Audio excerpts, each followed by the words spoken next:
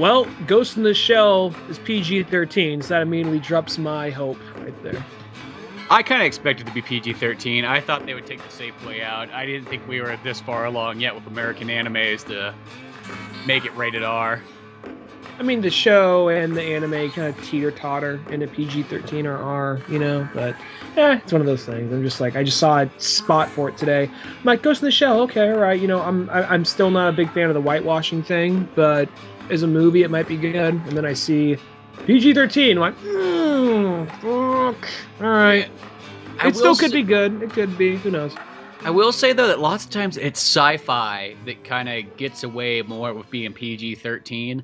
And I just say that because mostly whenever it's like, well, they're robots shooting robots. Like, we don't have any robot rights here in America. Who the fuck cares about a robot, Yeah. It's that kind of weird thing. It was like, I was over at RJ's house the other day, and he had that Horizon Zero Dawn game. And I looked at him like, oh, fuck, that's a teen-rated game? And then I was like, thinking about it, I'm like, well, you are shooting robot dinosaurs. And once again, robots have no rights yet, so it's okay.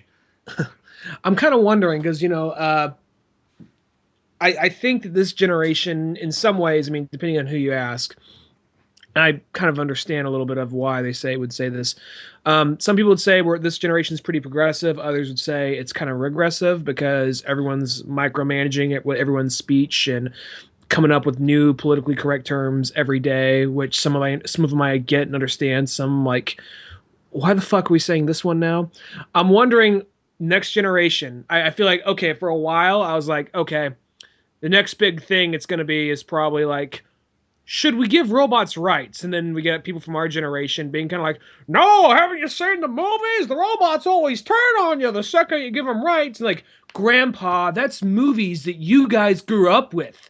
Those are just these illiterate thoughts. Times have changed. Robots have feelings now. Oh, we gave them feelings. You just say that because you grew up in that. You're actually going on any facts. Terminator's not a documentary. No, it was telling the future of what's gonna happen. You gotta trust Jimmy Cameron. Jimmy Cameron's the only guy you can trust. I feel like I don't know. I mean, because there's some things I feel like, I don't know, because eventually what happens, and it happens with every generation, no matter how forward thinking they think they are, the older generation's going to push against the newer generation. I'm wondering what our thing is going to be. If it's going to be like, no, we can't give rights to robots, or if it's going to be something as simple as like, I'm not using the word fucking binary. You're either gay, straight, or bisexual. What the fuck's this binary shit? I feel like exactly. I don't think it's going to stop there. I think it's going to be something more than that. Well, what's the funny thing, too, is I always look at the robot thing, and I like to say that I'm pro-robot. Like, I would be the person like, no way, robot rights all the way. Because here's the thing. Yeah, Terminator is going to come along, but you know what that is? That's the dark ages of robots. Because you know what? After that happens, next thing you know, they turn to Transformers, and it's the fucking renaissance of robots. What do you think is going to happen? We're going to have clones integrated into society first, or robots? It will probably come about simultaneously. Technically, I believe that robots is the next evolutionary step for mankind. Because technically, we can't go that much more farther. So what we're going to do is serve the robots for the next 500 years, and then the robots will take over and continue, and hopefully we do a good job of raising them. Well, I'm wondering what's going to happen. I'm not trying to get too like sci-fi here or anything like that, but I'm wondering if what's going to happen is, are we going to reach this point where, because we have a certain life expectancy, and we could eat as healthy as we want and all that, and this is probably going to cause problems in the long run, but given enough money, will medicine and technology be as far as kind of like, oh, you're dying? Oh, it's okay. Just we'll give you a robot lung. We'll give you a robot spine, that kind of stuff. No, I think that's definitely true. The thing that always holds that back is you always got to go against religion. Religion's always something that holds science back. But if we let science go like full board, next thing you know, we'll be able to like replace limbs and have robot arms and have all kinds of stuff. It just needs the technology and the A-OK to continue its research. But I think that is definitely like a, once you get, it's like you just got to get those fucking religious people out of the way because they just fuck everything up, it seems like. I feel like, well, not even like religion. I mean, I feel like a religious person. Well, I'm not saying religious people. I know you don't mean everybody. Religious people use iPhones. I think, given the situation, they may have like. Given the situation, I think you're gonna I think someone like a hardcore believes in heaven and hell or whatever. I feel like that person they lost an arm, like, yo, dude, we got you a robot arm. Most of them will be like, fuck yeah, robot arm. Yeah, shit, yeah. This will last me till I get to heaven or whatever. You know, I think that, you got those. And at the very end, he's like, do I get to take my robot arm to heaven? Like, what? We become so attached in the last 70 years. I can't just leave him here. Or just like, that thing doesn't have a soul. It's not going to heaven. It's like, yeah, but you should see how this thing grabs my dick. It grabs it like it's got a soul. It's more alive than anyone I know. The only real problem with that, because I'm all for like pushing us forward. Only real problem with that, I think, is just overpopulation, which is something that people talk about. It's the current thing people are talking about. There's a time where just like, let's get you some social security because you're going to be dead in 10 years. Now it's like, fuck, they won't fucking die. It's like, we don't got enough for you guys. I don't know what the fuck you want us to do. Goddamn baby boomers are hanging on. That's why next step is like, I like Joe Rogan had a fantastic joke in his newest special. He was all talking about how it's fucking stupid to go to space.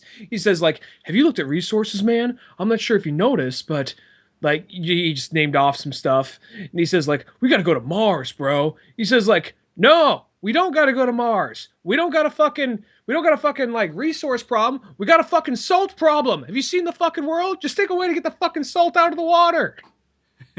I'm not sure how accurate that is, but it was just, I'm not doing it justice, but he had like this 5-minute bit on it.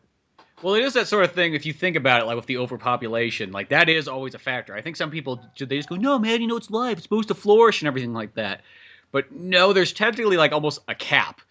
Just like a level cap in a video game. There's a point where you just can't. Oh, now I get what you're saying. Okay, this relates to me. Yeah, this is where you just like a video game. Oh. Yeah, I gotta explain so Dunny understands. Okay, so remember in Daredevil. No.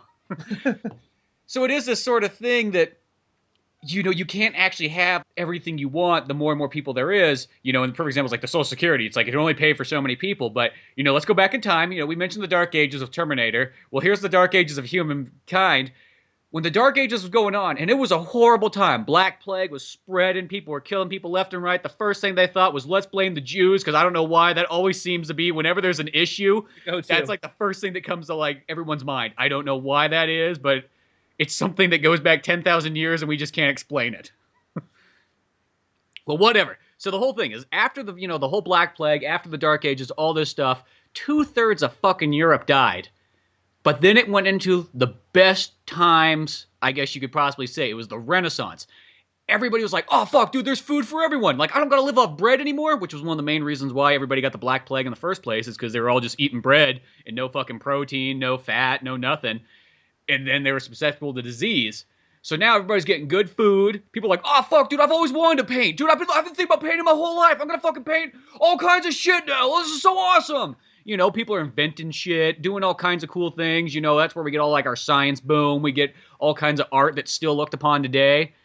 And that's kind of like where you kind of go, there is always that sad thing that it's almost like that Metal Gear Solid, like the war economy. It's the only thing that keeps things going. But do you always kind of go like, checks and balances? Do you got to minus off some people for it to kind of get better? Like that always sounds like a horrible dark sci-fi thing. Or even like some fascist propaganda. Every single time that happens in history, that's how you get those big booms. I feel like that science fiction, it's always kind of like, this is horrible, but it kind of worked out. That's like what happens in Watchmen.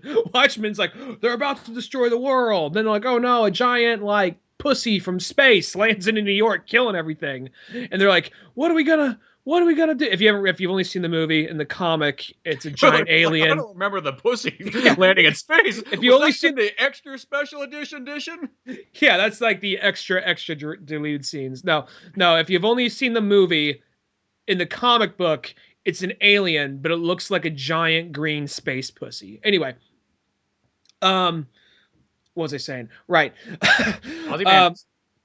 It's like one of those things like, in every like science fiction thing that kind of tosses that around, it usually says it as a negative, but at the same time, it tries to go on the, you get where we're coming from, right? It tries to almost like kind of play devil's advocate for it. Well, because it's like, I always look at that one. That's why I like the Ozymandias character so much, because he gets that it takes a great sacrifice to kind of create peace and to create a new almost renaissance, and of course you got good old Rorschach there, which I like him just as much, even though he's kind of on the opposite end of that. Like, no, man, the people gotta know. And even though he kind of donates his book, like, and most people go, oh, at the end of the thing, it's like, well, this happens, we're all peace united, but then there's the Rorschach Journal that's going to explain it all, except for the fact that it was donated to, like, the most right-wing fucking newspaper ever, so nobody's going to fucking believe it. Or, I mean, we don't know. I mean, granted, people may not even consider it canon because they're continuing the story through the DC Rebirth stuff. One of the covers, I think, for Batman, or one of the Rebirths, is like Batman holding the bloody comedian coin, and then the reverse holograph of Flash holding the bloody comedian coin. So who knows? They may answer that question as it further goes on, but that's not written by Alan Moore, so people won't consider it canon or whatever. But whatever. Regardless of that, though, I feel like it's not so much the question as of like, fuck, this got way dude. This went from like, man, it's PG-13 to like, you know what? It's PG-13. The world's coming to an end. This is the start. Next thing you know, there's going to be a Terminator in every house taking care of your kids. If you're talking about that whole thing of like, we have to go through a dark time before we go through the good time. I mean, I think history has shown that, but I think the fucked up thing is being the instigator of that. I think it's like, well, who the fuck are you to decide who's worthy to stay around? I think that's the big thing of it, rather than the act itself, because it's always someone in a position of power. Like, look, some poor people gotta die, so we can go on better. Yeah, it's never like, hey, some rich people gotta die. We gotta fight the good fight here. Yeah. Well, I mean, even though in Watchmen though, you got Ozymandias. I mean, title, world's smartest man. I think that gives him a little bit more credentials than the average person. It's not just like some guy just came out of the woodworks all of a sudden and just fucking decided, like, you know what? I know what the problem is. Remember in the Dark Ages when it was the Jews? It's the Jews again. It's like, would you stop that? It's not the Jews. It's never been the Jews. Everybody always comes to that conclusion. It's just so, it's like a go-to now. You're right. It's the fucking zebras. Yeah, the fucking zebras. They control the Jews. It's like, all right, the Jews again. It always comes back to that.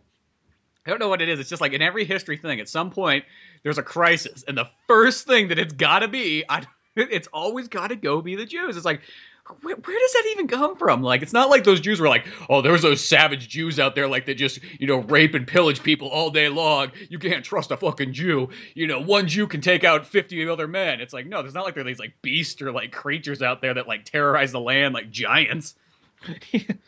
Like fucking Yamako's like, oh my god, here comes their dreidel of death. Just throws it, just fucking like, hurricane. Dun, dun, dun. It's just these huge, like, muscular guys with, like, two fucking giant swords in each hand coming towards your town. With beards and everything like that, balding. Like, almost they're fucking, like, giant, like, gremlin things. I'm trying to think of a... I just don't know. I don't know why it always goes that direction, though. Maybe it's a good rally cry. It just works. I don't know. Maybe it's because it's 4 simple letters. I think it's just the easy go-to, Yeah, you can't just be like, the Irish! It's like, that's just too long of a phrase, it's just not working out, yeah. I mean, they're right now, they're really trying to make Mexicans stick, and they've been doing that for a while, but it's starting to kind of wear off, like, dude, no, just let it go.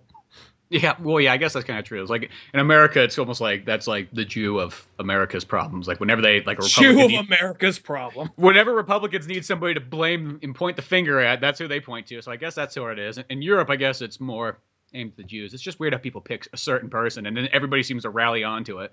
Not everybody, but I think it's just when you offer a simple solution to complicated problems, it's very satisfying. That's how Trump got one. Yeah, there we go. I'm not looking to get political, but yeah, there you go. But it is that thing. It's like whenever you get it's easy to almost convince dumb people. Like, you go, hey, you want to know why you have problems? Like, yeah, life's fucking shitty. I work this crappy fucking job. I ain't got no money. I live in a goddamn fucking trailer. It's fucking shit, I tell you. I can't even fucking win on Call of Duty online. It's all against me. Well, guess what? This guy's gonna save you. And you know what? It's the goddamn fucking Mexicans. That's what's been bringing you down this whole time. He's like, yeah, it fucking has been. That makes perfect sense. I'm a fucking idiot. Yeah, that's gotta be right. And that's mostly how it seems to work. And then it's like, I'm gonna go fucking vote for Trump. Yeah, he's gonna fix it all. And I'm not even gonna say, like, don't get me wrong, I fucking hate Trump. I do not support Trump. I hope he's out of office soon. And people say, well, that leaves fucking Pence or whoever. Just like, I don't fucking care. The guy. Even though the guy's got 5 letters of my name, I do not trust him still.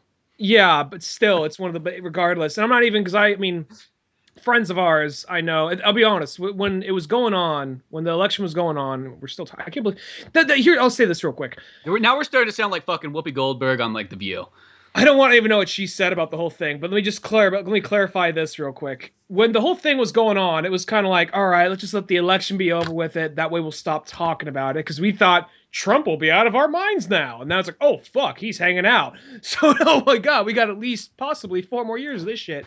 But my thing is I'm not attacking people who voted Trump because at the heat of the moment, I was like, how the fuck could anybody vote for Trump? And I still don't get it. But at the same time, I know there are people that are just like, I don't even like him that much, but I trust him a little more just for whatever X, Y, and Z. And I do not agree with any of that shit. But it's one of those things where it's like most of the people I know who voted for him didn't vote for him because of the racist shit. That was something like, oh, he's just a guy, doesn't have a filter, and he's going to do something different. And I don't believe any of that, but I believe that's what they think. So it's one of those things like, I don't agree with it, but okay, I don't think this person's a racist for voting for him. You know what I mean? Oh, yeah. No, it's definitely that. It's like, I can kind of see like why some people chose it. I still feel like it's like they almost didn't put enough thought into it, but I do understand. They wanted to break the norm. And even though this, technically is like the exact wrong direction probably to go from breaking the norm, but it is still breaking the norm. So by that standard, yeah, and that's like one of those ones like, I don't feel like, it's like, if somebody voted for Trump, like, whatever, that's their own personal choice. Goddamn, we live in America. We're supposed to have goddamn choices. If we don't have fucking choices, and what do we got? I just didn't want to seem like a social justice warrior video you see on Facebook. Like, how could anybody vote for Trump? If you voted for Trump, you were immediately a racist who wants people to die. It's like, I was fucking furious when he won, but it's one of those things like... But now I'm furious at this guy. But it's one of those things where it's like, and I get it in the heat of the moment. In the heat of the moment, I got why people were saying that type of shit, because I was pretty upset too. But now it's like, it's like, you gotta, I mean, there's certain things, you look long enough, to be wrong. I like Obama, and Obama's probably my favorite president I've had in my lifetime. But it's like, you look long enough, you'll see some shit he did that you didn't agree with, but you were willing to kind of like let it roll off because you liked most of the stuff he said, or you liked what he stood for. Exactly. It's one of those ones there. So that's what I mean. It's like, no reason to put people down for what they like and what they dislike, And here's the thing. This is the thing that always like makes me laugh. Is some people, they always complain like, oh, it's just going to make everything worse. I'm like, you know what? If you close your eyes to everything political in your little town and area and, wherever you're at, you probably won't notice a goddamn thing. I don't mean to be like that, but it's like one of those ones like, you only think you notice it because you see this, news propaganda coming up on TV that keeps spouting out all this stuff, and you're seeing people complaining on the internet and all this stuff. But if you just actually avoid all that, you realistically will probably not notice a fucking difference. I don't mean that in a bad way, but that's kind of how it is. It's not going to affect you. Like, people think it's going to affect them personally. Like, they're almost like going to show up to their house. It's kind of like when Obama was going after the guns. They made it out like Obama was going to fucking kick down your door and be like, fucking Billy, where's your guns at? That was such an example of like why Obama could handle a shit. You see like Trump in like a press conference being kind of like, y'all lie. You lie, making me look bad. I'm doing my best I can. You're just working against me. Y'all lie. You're not a credible news source. It's what you do. Just like most whiniest fucking bitch behind a fucking podium that says President of the United States. And then you see Obama going to like town meetings. You see this fucking redneck get up there with this big ass belt buckle, shirt tucked in. So, Mr. President, why don't you tell me why you're coming after my guns when you got responsible gun owners like myself, where Chicago, where you're from, has a horrible crime rate with gun crimes that skyrocket. What do you say then? He says like, oh, well, sir, I'm not, just composed as fuck. Just like, I'm not looking to take your guns, actually. I'm passing the same codes that George Bush went for, that Bill Clinton went for. Same things. I just want to make it. I just don't want to make it so someone could buy it out the back of a car or off Amazon. And he gave a very articulate, very well thought out answer. If just like same gut laws that are always there. I just want to find a way to enforce them better. That's all. And you saw this guy go, "Oh, I'm sorry, Mr. Obama. Well, this wasn't like I'll go home and give myself 10 lashes." Well, this wasn't like this guy, whatever town meeting this was. This guy wasn't like your trailer park redneck. This was like your retired baby boomer, probably owns a ranch somewhere, yeah, maybe businessman, like a sausage like farm, like a sausage company kind of like redneck. he's like I grow the vegan sausages right out of the ground. It just looks like a field of dicks. Go out now, Jimmy. Go on, pull him out. Pull a dick out of the ground. There you go. This is how you test to see if your boy's gay. The way he grabs a dick out of the ground. Sometimes you just gotta get a good. Oh, little Timmy, he's grabbing it with his mouth. He's going fucking. Oh, jeez, he's a fucking flaming faggot now. I gotta put him up for adoption, like the rest. That's okay. Like, we could use the extra $5,000. If you just got a good firm grip, then all right. But if he starts holding it for a minute, going back and forth, then you better start worrying. Start sitting down, kind of fucking cuddling the roots. No, but like I meant to say ranch or but yeah, it came out sausage farm, whatever. I don't fucking know. Couple things merged at the same time there, but no, this looked like your total like big belt buckle, like like businessman, like good old boy. Then there's a girl that came up. Like Mr. President, kind of a like lady, like late 20s, early 30s.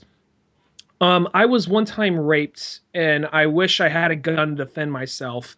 And now you're putting up this law that says we can't have guns, and like right after this dude, you can see Obama just being kind of like he kept his cool, but you can see in his eyes, like his eyebrows go up, like fucking really.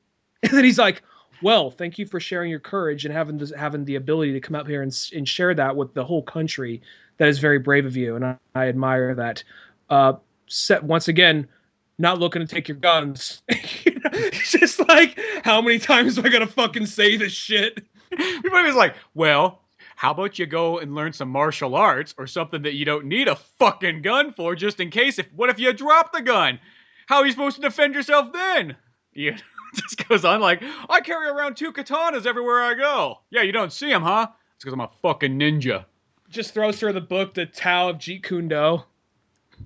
Yeah, exactly. Because that's how I feel like when people kind of bring that one up. Like, well, what if I need a gun for self-defense? I'm like, well, what the fuck happens when like the guy takes the gun out of your hands or fucking knocks it to the ground? I feel like you're better off knowing some fucking martial arts, That's the way you're going to defend yourself more than a fucking gun. Unless the guy's, at enough distance. But the second someone's up that close, a gun's not always going to help you out. I don't have a problem with like a gun, owning a gun for self-defense. It's more like when it's like, oh, so the government says I can't have a goddamn rocket launcher or I can't have an AK-47. It's like that kind of shit. Well, you know what? I watched that movie about a week or two ago. I forgot to tell you about, but that Hell or High Water movie. That movie's fucking awesome. I fucking love that movie. But there was a scene in there that, like, when they robbed that one bank, and next thing you know, like, the girl, like, calls her dad, and as they're getting out, there's all these fucking guys in Texas just willy-nilly firing guns off. I always go, that is the reason why people should not have guns, because when people start fucking willy-nilly firing guns that shouldn't be firing guns in the first place, like, those stray bullets are the ones that go off and hit random people. Yeah, well, that's a license to carry kind of thing. But still, it's like, I'm not saying that those guys probably still know how to shoot, but at the same time, like, you don't really know. Those guys could have just came from the bar and they're like, oh, fuck, we gotta go shoot some fucking, bank robbers. Hell yeah, get in the truck. You know what I mean? Like, you don't know who because anybody can get those licenses. Those licenses aren't as hard to get as you would think, So the idea of just people fucking whipping out guns left and right just because they think that's what to do. I always go like, Texas is almost the reason I know that's going to like, anybody in Texas that loves these kind of laws. But I always kind of go like, that's almost the reason why you just can't have fucking guns. Because you just can't trust an average person to whip their gun out and just start fucking firing it, at the sight of what they think is a crime. And maybe they don't even know what's going on. Maybe that guy was running away. He's like, I'm fucking getting out of this bank. And next thing you know, they just start firing at him, First off, let me say we probably just lost all our Texas audience, but no, if we had any in the first place, maybe a couple people in Austin, maybe. Wasn't off topic for a second. Wasn't that movie fucking awesome? No, that movie was really cool. That like I wish I kind of saw the movie sooner because that movie like I don't know Definitely where top 15. it's not even top 15. That movie's somewhere in my top 4. I don't know where at exactly. I don't remember my entire list, but I was like, oh fuck, I this like what was it? The Paul Rudd boy in a wheelchair movie got bumped off. That's a good movie still, but this movie was like not as good as this one. No, this movie was badass. I liked it. It was that funny. that, that one Had was my good action, good story, good locations. so simple. Fucking plus like Bridges and his partner. That whole part. There's that part where he's just like, oh, we got us a chase. Let's get this going. Give me a savage call. Yeah. So then he's just like, let's play. He's just like, let's get amped. He like puts on some music. He's just like, it's like some lame ass Christian rock. It's like, oh, that's the wrong one. No, turn that off. Like totally brought the mood down. No, I thought that movie was fantastic. And plus, I love that relationship they have. Like these two, they just throw like racial insults at each other, but they're like best friends. Yeah, I always like that because that's a perfect example of like when people talk about like, oh, you shouldn't just say racist jokes like that.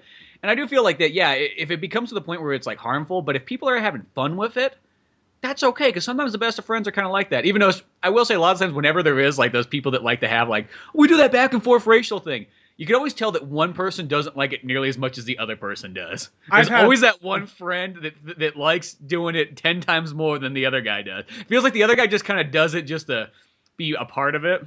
I have this one black friend back in Sonora, and we were hanging out with like more of just mutual friends.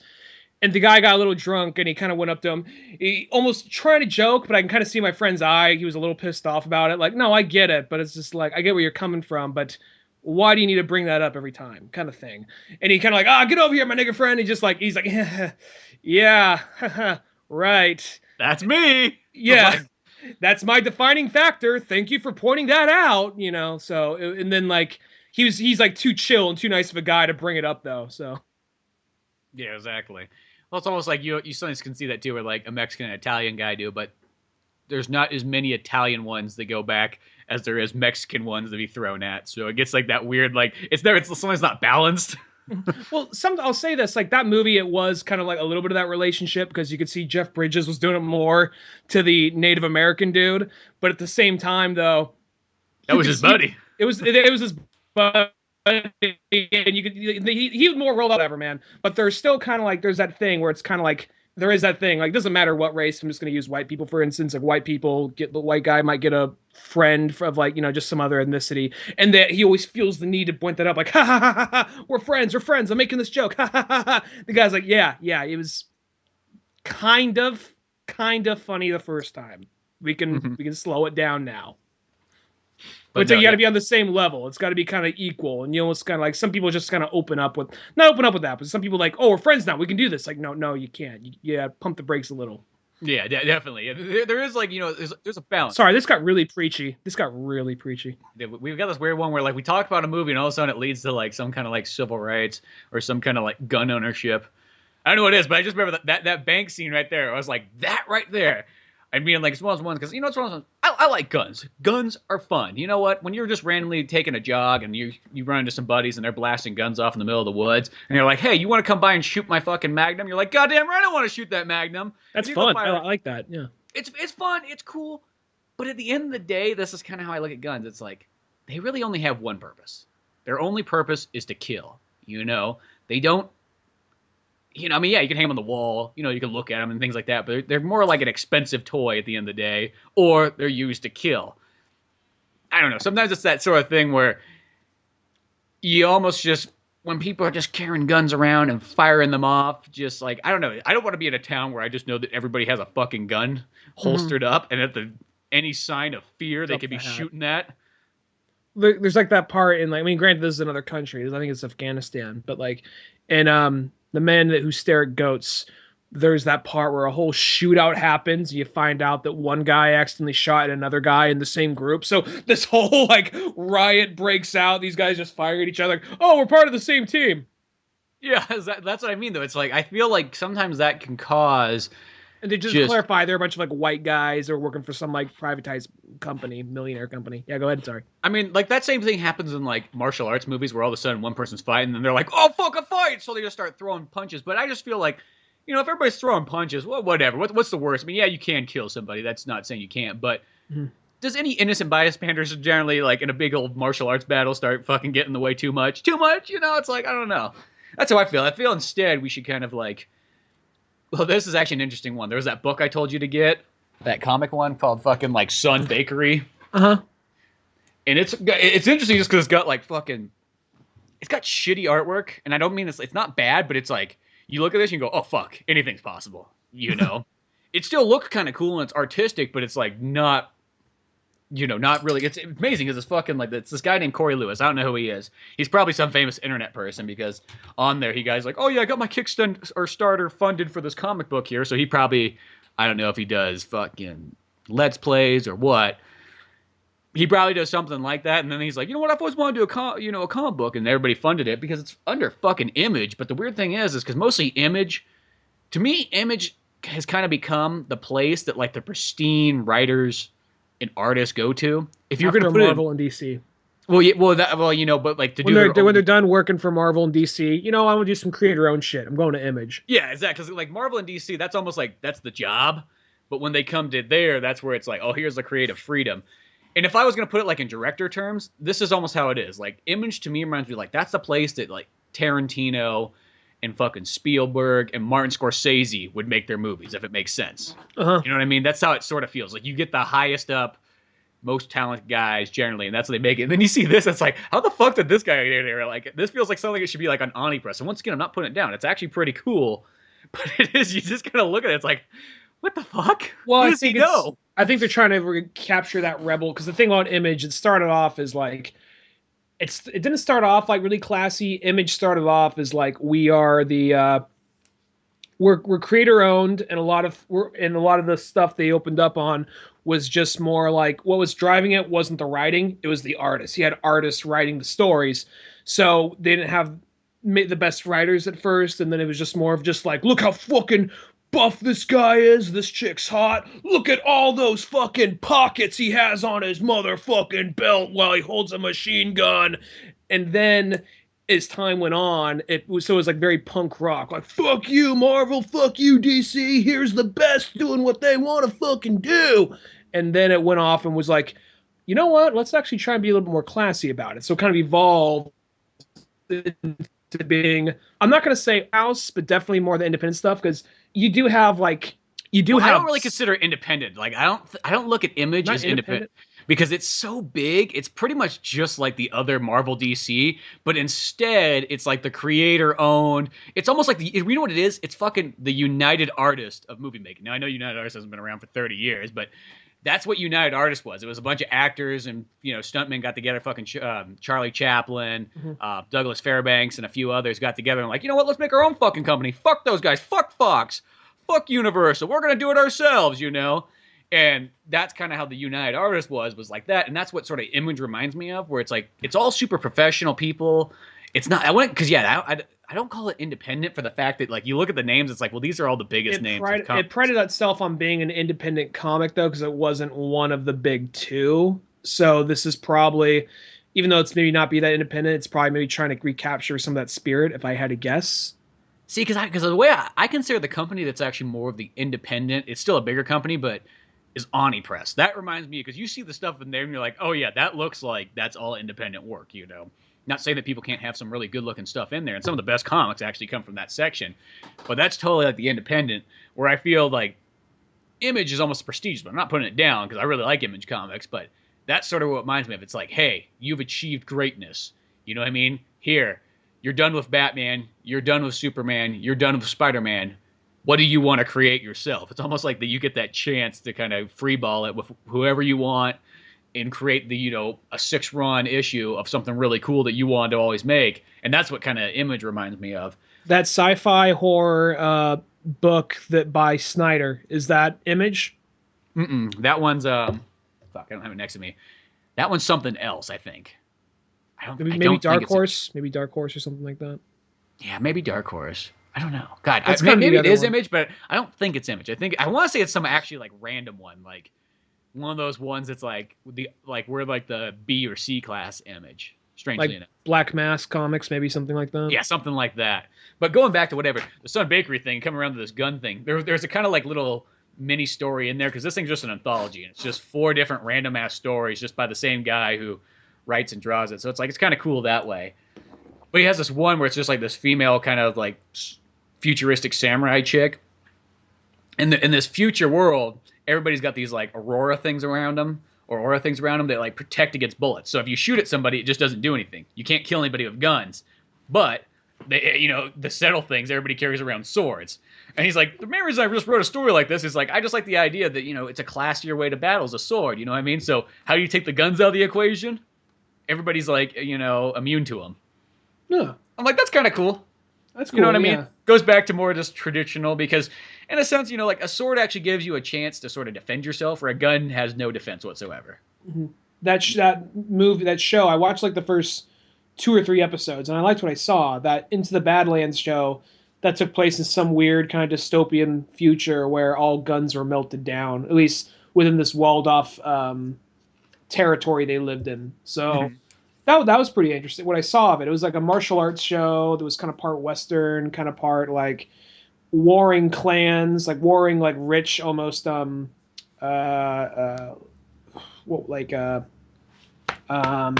forget what they're called, but yeah, just various different clans all kind of in this play area battling for different territory.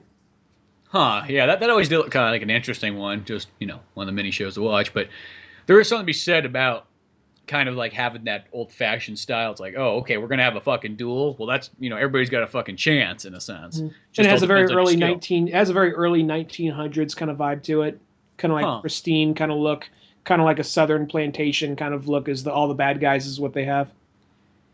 Interesting. Well, speaking of like copious amounts of guns and all this stuff, I was watching Hard Boiled again, and on the trailer, I kind of forgot about this. They had before the movie started up, they had the trailer for the Stranglehold. Remember the John Woo game that came out on PS3 and Xbox 360? Like it was like early on. It was like 2008. And they put Chow Yun-fat. Yeah, Chow Yun-fat. It was a sequel to Hard Boiled, so Chow Yun-fat was in it. And I remember because I was in San Francisco at that time period, and like in Chinatown, they're like, oh, there's like humongous fucking poster of that Stranglehold game was up there and everything. That video game's the sequel to Hard Boiled? Yeah, it's a sequel to Hard. I remember that game kind of coming out. And I knew that it had like a John, but I didn't put 2 and 2 together that it was actually a sequel to Hard Boiled. Because it's just like John Woo just loved Chow Yun-fat and loved to give him to him. So I just assumed, it's just John Woo doing John Woo in a video game. I didn't know it was actually a sequel. Which also came me, I kind of started thinking, like, who should be in a fucking Expendables 4 as well as Chow Yun-fat? Like, that would be a perfect one too. But going back, I was like, you know what? Fuck it. I want to see what this game's like. This game just always looked pretty badass. I'm like, I'm going to pick it up. So I bought it off like eBay for like $5. It's fucking like in mint condition. And I kind of got it and started playing it. I'm like, dude, this game is fucking amazing. Like, I can't believe this game kind of got bypassed. But then I started thinking about it. I'm like, well, what's the weird thing is like when they made a handful of games like that at that time period where they were almost making games for people like in their 50s. But here's the thing is a lot of people in their 50s don't really play video games. Mm-hmm. So it's kind of hard. Because, you're making a game for like an 80s movie. It's no different than when they kind of made like the Warriors game. You know what I mean? It's kind of like, well, now you're making the target audience for this game is so old.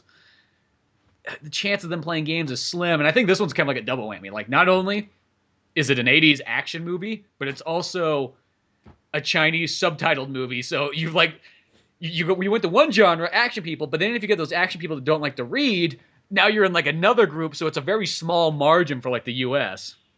I feel like maybe just because it was our circle of friends, but like I remember that game came out when we were like in late high school, early college. And it came out when I was in San Francisco, so it was we were already out of high school. All right, so it had to be early college then. All right.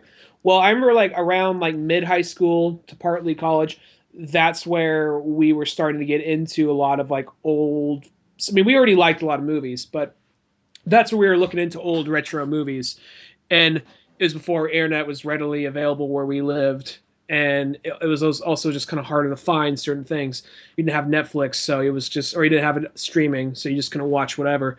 And it would be that period where you just came across, like, I heard about this movie. You come across it at a thrift store or a pawn shop or like a Rasputin's. Like, I heard about this movie. I don't know if it's any good, but I wanted to see it. So here we go. And that's how I got The Warriors. I feel like, I'm not sure if it was just us in our circle, but I feel like, I don't know how long it lasted. I feel like around like Grindhouse and all that, they were really trying to sell like retro genre stuff to our generation. And I think so. And the downfall to it, like the Warriors, and like what you just said about the Stranglehold. Sorry, go ahead. And that, and that technically works on like people like us, but us is such like a small margin. You know what I mean? It's like that. Like I look at that game and it's like, that game's fucking badass. It plays like an even cooler version of like Max Payne. I mean, you're fucking running around, double guns blazing, and you kind of like have all these like environment things. Like you can fucking jump over the rails and like slide down them and fucking double gun someone, or you can jump on like a cart and like wheel around and fucking blasting people with like a shotgun. Like the thing where you're on the ground rolling and firing while rolling. Yeah, like fucking like Lethal Weapon style. Yeah, like you could do all these like badass like action movie moves, and it's like totally over the top. So anybody who's like very like precise, like, it's not realistic. Well, it's like, no fucking shit isn't realistic, but it's badass because all it is just like all these guys are coming at you and you're fucking flipping over objects and jumping and going in slow motion. They got doves flying by at some point. Yep, we got fucking doves all over the place flying around. Like, it's just John Woo as fuck. But the thing, too, is that game's actually shot, like, really amazing, too. Like, it is, because I don't know if John Woo was, like, the full-on director of it or if he was just, like, slap my fucking name on there. But I'm assuming he was more of, like, at least a little bit more involved, because that game is like he uses like such creative like directions in it, and like it looks like a really badass movie, and the graphics fucking hold up great for being 2008. Like, it still looks pretty darn good. But it was like one of those ones like that game just. And here's the thing: if that game didn't, well, I was gonna say if that game didn't sell to me in 2008, I'm like, I know the exact reason why I didn't get it, because all I had was a Wii at that time. So, well, I'm also thinking about that game. Not that one, but I remember there was like before that one, there was a Jet Li game that came out. I don't remember what it was called, but it was like I think it was a standalone story, and it was just like it's made to look like a Jet Li movie. And I remember that game not being that good because it was just like you moved them around, and then you'd have to use like one of the second joysticks to like punch and kick and that. Are you sure that wasn't the Bruce Lee one? That was the Jet Li one. That's the Bruce Lee one did the same thing. Okay, because the Bruce Lee one did the same thing where you used the right joystick to punch, and that was on Xbox. I remember that being cool, but I was like 12 years old, so it was like, oh, fuck, this is awesome. Like, maybe the game wasn't nearly as cool as if you went on. But yeah, there was a period where they were trying to do that, but I think that's always such like a... Because, no matter what, like Asian action movies, it's kind of, in the U.S., it's such like a small market. I mean, no matter what, you can never capture the whole appeal. It's never going to get everybody. You can never make it like a humongous thing. And that Stranglehold one, I think that's what they're really trying to make that like this huge game. You know what I mean? Like to compete with like Uncharted or something at that time period, which I'll say I think it's like just as good as Uncharted. Probably plays better than Uncharted. I'm going to stop the podcast dead in its tracks just for a second. I just need to know, it's going to bother me all show. Is that a Toe Jam and Earl poster behind you? No, I don't have a Toe Jam and Earl poster. It'll be on your left that way. No, yeah, you don't got to look at it or nothing. But yeah, I looked like Toe Jam. I have a Daredevil poster behind me and a Champions poster behind me. That's got Spider-Man and stuff on it. For whatever reason, at a weird angle, it looks kind of like. I kind of see what you mean now. It looked like Toe Jam and Earl. That'd be awesome if it was Toe Jam and Earl, though. I would be more happy if that's what it was. I was just thrown off for a second. Okay, I just had to clarify. Sorry for stopping the show, folks. It was bothering me all show, and I had to fucking say something. Otherwise, it's going to keep on throwing me off my game. Well, no, I mean, I think, what was I going to say? Like, there's that period where they just started throwing, like, actors, and they're still doing it now. They started up again recently, mainly Konami, but they started throwing actors in there. Like, here's a, if this guy did a movie, if this guy starred in a video game kind of thing. And I remember none of those really did all that great. And they even had the Onimusha one with the French guy with the French dude from Godzilla and the Professional. Yeah, the Professional. Yeah. I'm sure that's what he wants to remember, right? The French guy from Godzilla. That's the first thing that I always go to, because that's probably the first time I ever saw him was in that movie. And here's the thing: I'm gonna be 100% honest. I'm gonna be 100% honest, and people are gonna hate me for this. What's that director's name? Independence Day. It's Roland Emmerich. Roland Emmerich. Roland Emmerich's kind of really hit and miss with me, and I do not like a lot of the movies that everyone else likes by him. I don't really. Independence Day, I kind of get it. It's kind of, for me by this point, it's kind of a tongue-in-cheek thing, but I don't like it that much. And a lot of, I hate Day After Tomorrow. I hate that movie. I'm sorry. 2012, didn't care for that, but it's like, I love Roland Emmerich. That's just me though. He's one of my favorite directors. Not maybe top 10, but definitely top 20. so like, keep in mind, I feel bad when I'm saying this because this is one of the most hated movies of all his movies. I'm like, I kind of like the remake of Godzilla. I know it's not amazing. I know it's not great, but maybe because I saw it at a young age and I had like the Godzilla action figure, I was like, oh, I like this movie. And like also it's one of the few times in like an American movie they made all the French guys totally badass. Exactly. Well, I like that movie a lot, like the Godzilla one. Once again, it's not the best Godzilla movie out there by far, and it's definitely kind of experimental, and they do make Godzilla sort of the bad guy and everything like that. But I think it was just... for the longest time. He still was a bad guy in Japan for a while. He was for like the first couple of them, and then like next thing you know, he's like, oh, well, fuck it. This guy's the guy that's saving our ass, so we gotta like respect him and praise him. I thought it was something kind of like he was bad for a while, but then there'd be times where he like turned on the people. Like he stopped the monster, like, yeah, Godzilla! And he turns on the people, like, oh, fuck! And then like goes after them. Well, he's sort of like a dictator, he's got to make sure he gets his respect. Yeah, or there's he starts going up and starts slapping his fists together, showing him who's fucking boss. But, well, it's like, because in a sense, like, for anybody who's kind of against like the American one, it's a remake of the original one, and the original one, Godzilla's a bad guy and dies at the end of it. So by that standard, like I understand exactly what they're doing in that movie, and I think it was one just like in '98. That movie was just kind of a special movie. It was sort of coming right after Jurassic Park and Lost World. So here's almost like your next dinosaur thing. So they sort of fused Jurassic Park with Godzilla together. So to me, like that's kind of cool. I actually like the design of Godzilla in that. I know it's not traditional. It's not Godzilla, but it's an interesting design. Yeah, like Raptor Godzilla, that's cool. T-Rex Godzilla, I actually kind of think that's pretty neat. And I like the characters in it, and it's just one of those movies, I've seen it so many times that it's just kind of special. Is it the greatest movie? No, not really. But to me, it's just a fun, good reminder of like what the 90s was like towards the end. Yeah. The last hurrah before Matrix.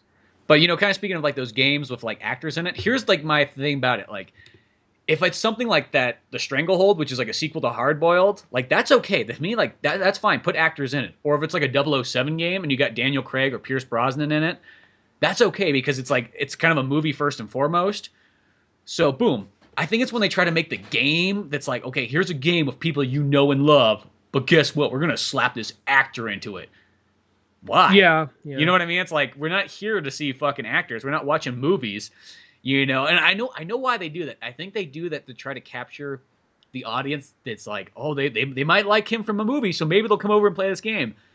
And it's like, does that ever fucking work? I mean, seriously, does somebody go like, oh my fucking god, I never played an Onimusha game. I don't even own a PS2, but fuck, I gotta go out and get it. I love Leon the Professional. It's my favorite fucking movie ever, so I'm gonna play Onimusha 4. Or 3, I guess it technically was. It wasn't the 4th one. The 4th one's when I had the white guy. He's like, yo, what's up? Just came off of surfing the waves. Thought I'd fight some demons here for you. Landed here in Japan somehow. Yeah, I was like fucking surfing from California, and next thing you know, there was a tsunami that came up. And I was like, whoa! And then I was thrown on board, and I flipped through the ocean, and I saw a shark. And then next thing you know, I woke up, and I was on Okinawa. Featuring music by Real Big Fish, The Offspring, Everlast, and the Goo Goo Dolls.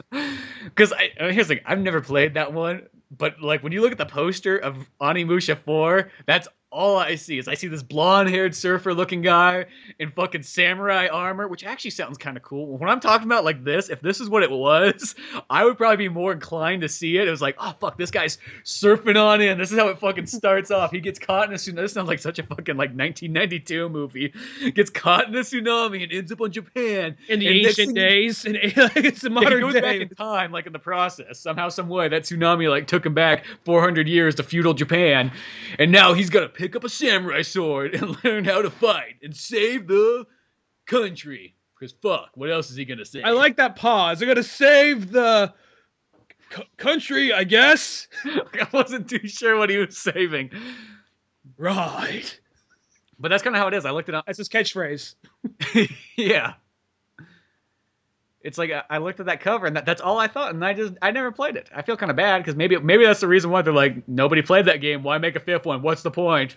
Because at some point he's fighting some like kind of like a water demon thing. He's just like, "This is the one thing I do know how to do, brah." He just grabs on a surfboard and starts like, he's like, "Oh, he's too fast for his surfing. I can't stop him." I could take down this Leviathan. All right, bro. Bodacious wavage, bruh. Yo, who's got the reefer? Oh, I'll take some of this sake. Cheers, bruh. Like freeze frame, like, I ain't got no Satcheria. I ain't got no crystal ball. Like, it's like, we gotta have a keg stand, bro. Fucking get that sake up there. Here, I got the beer bong. We're gonna fucking do it. Sake bombs. Sake. Sake. Everybody's fucking cheering him on. No, it'd have to end on a freeze frame with like Sublime playing. Yeah, I think so. I think that'd be awesome. Yeah, it's just got this kind of fucking ska/punk soundtrack. Maybe a little bit of like late like almost like that. It's 80s hair metal, but it's the stuff that came out like in the 90s. Like the band, like a later Motley. Well, I guess by this point it's still kind of old, but I guess in context of their career, later Motley Crue song. Yeah, like later day stuff like that. But I'm more thinking like the bands that were kind of like late to the party. I always kind of call it. It's like, oh, you showed up, but you showed up like after Soundgarden, Nirvana, Pearl Jam. So now you're kind of doing a genre that's not as popular, but whatever. You're still making cool music. I'd see that movie. I'd see the total like white dude surfs his way back in time to ancient Japan. Yeah, if you make it as stupid as that, then it's just kind of like every so often it's just kind of, I don't know what it is. Like, I mean, you'll be like, all right, why? Like, if you take it kind of seriously enough, be like, it's kind of too stupid. Why does it happen this way? But if you treat it like, hey, bro, I don't know how I got here, then it's like, okay, all right, it's kind of aware of it. Yeah, it's sort of aware if we get it. Maybe he talks to the camera every once in a while, like he's just fucking walking down the street, like, yo, I was just one day surfing, and fucking I ended up in feudal Japan, but gives a fucking high five. They're like, hey, samurai high five, woo! Okay, yeah, I call that guy Tom. I don't know what his real name is, but he looks like a Tom to me. Tommy, I was going to say Tommy's Tsunami, but that's too easy. Well, there was that movie Johnny Tsunami. I know. I was trying to think of the polar opposite, but Tommy, I don't know. But once you go with Tsunami, what's the point of going with anything else after that? No, but like it's one of those things where it's like it could be like like the way you're explaining it sounds more of just kind of like the opening. Like, I was just an average Santa Cruz kid hanging out on the beach. Then one day, whoa, I'm in ancient Japan, slaying demons with my best friend Kikyo. Yeah. Hey Kikyo, what's up? Kikyo she says like just something in Japanese. There's no subtitles, but you can see she's not happy. Yeah, and he like thinks he understands it. Right on, me too, do that. Like, and she just kind of high fives. She doesn't even make eye contact. She just puts her hands up, just like if I put my hand up and he high fives me, he shuts up for a minute. That's all I need to kind of maintain my sanity.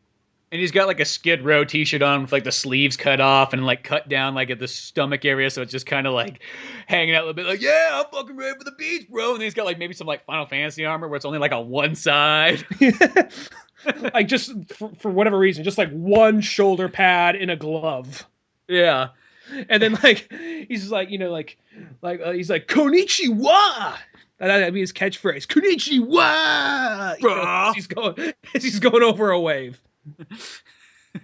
And then at the very end, they got like a fucking cameo appearance that happens as another tsunami comes by, and fucking who comes surfing in? Fucking Pauly Shore comes surfing in there towards the end. I thought we were going Johnny Tsunami, but yeah, Pauly can come to the party. We can make the Avengers of like annoying 90s comedy. Got Johnny Tsunami, Pauly Shore, Keanu Reeves, got fucking Spicoli, even though I know that's 80s, but whatever.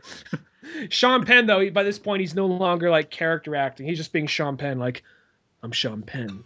Everything's very serious. What if Sean Penn went back and did like Fast Times at Ridgemont High? I have technically 3 because there was a 2, and the 2 had his brother in it. Chris Penn? Yeah, isn't that fucking weird? That was Chris Penn playing Spicoli? I don't know if he's playing Spicoli or he's playing Spicoli's brother, but I ran across that in Leonard Maltin's book. I was like, there was a sequel to Fast Times at Ridgemont High.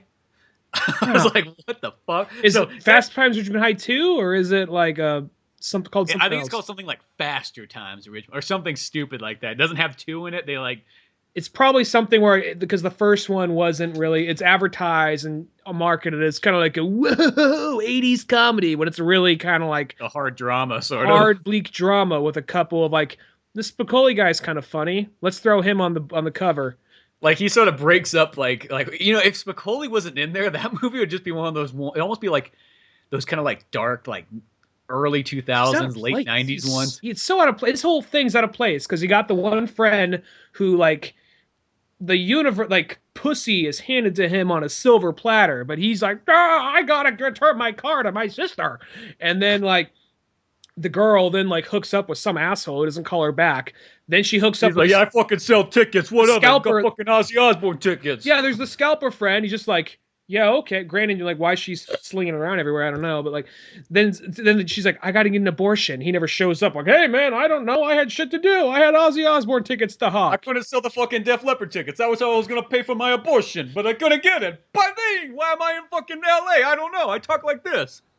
Yeah, it is like he seemed kind of like he belonged to the Scorsese picture of that guy. Well, he was very like, he was like, yeah, I'm the scalper. You know, you take a girl out, you gotta take her somewhere nice. You know, do a classy fucking move. Whatever she wants, you order 2 of it. You know, he had like all that talk like that. It's just going on. Which I know in LA, people come from all over the world to be in LA, but at the same time, I was kind of like, I feel like you should be in the movie Mean Streets rather than this.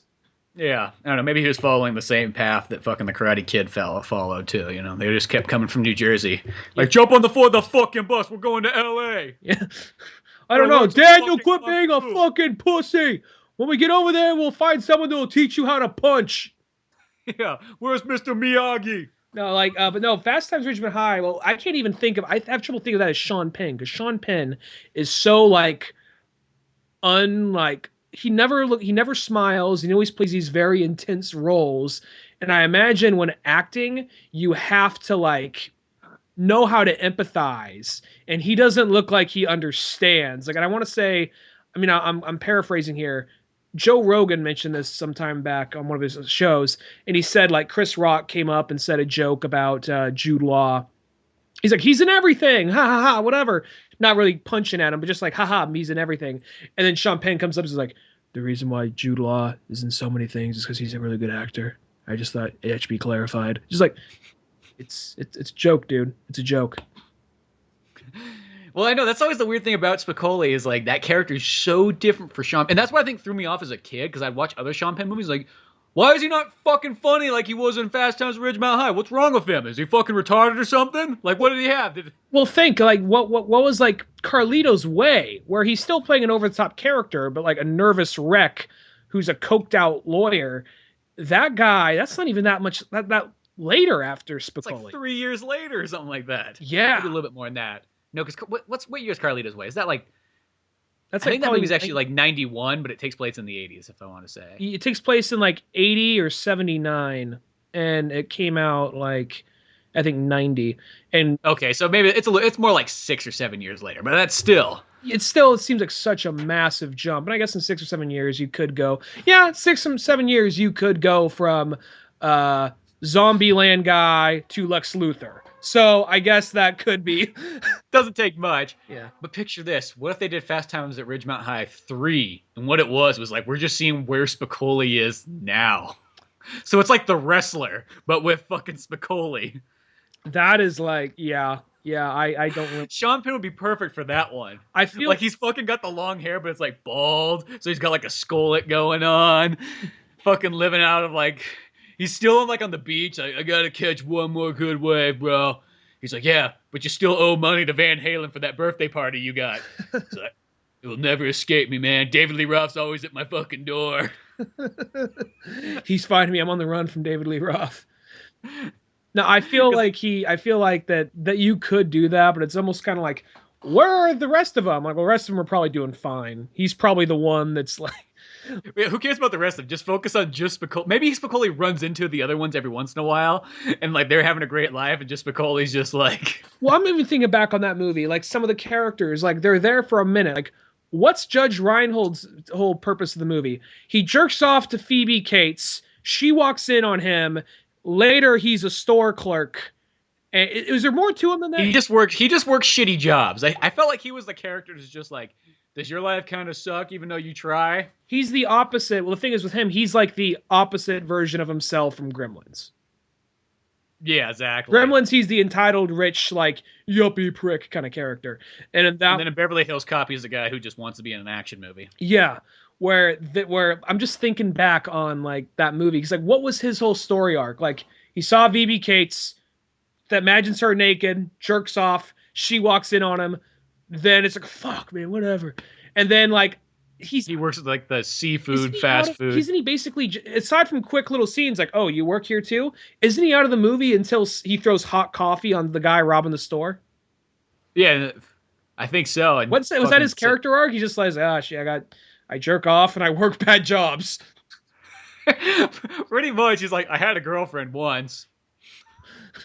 That didn't go so well. Was it Phoebe Cates? Is that her name? Phoebe Cates? I can't remember. I think it's something like that though. Yeah. Gremlins, same girl from back again from Gremlins, yeah. Yeah, exactly. It's all there. Which I guess Gremlins is like, God, only like 2 years before that movie or 1 year before that movie. Yeah, something like that. Something like that. Yeah.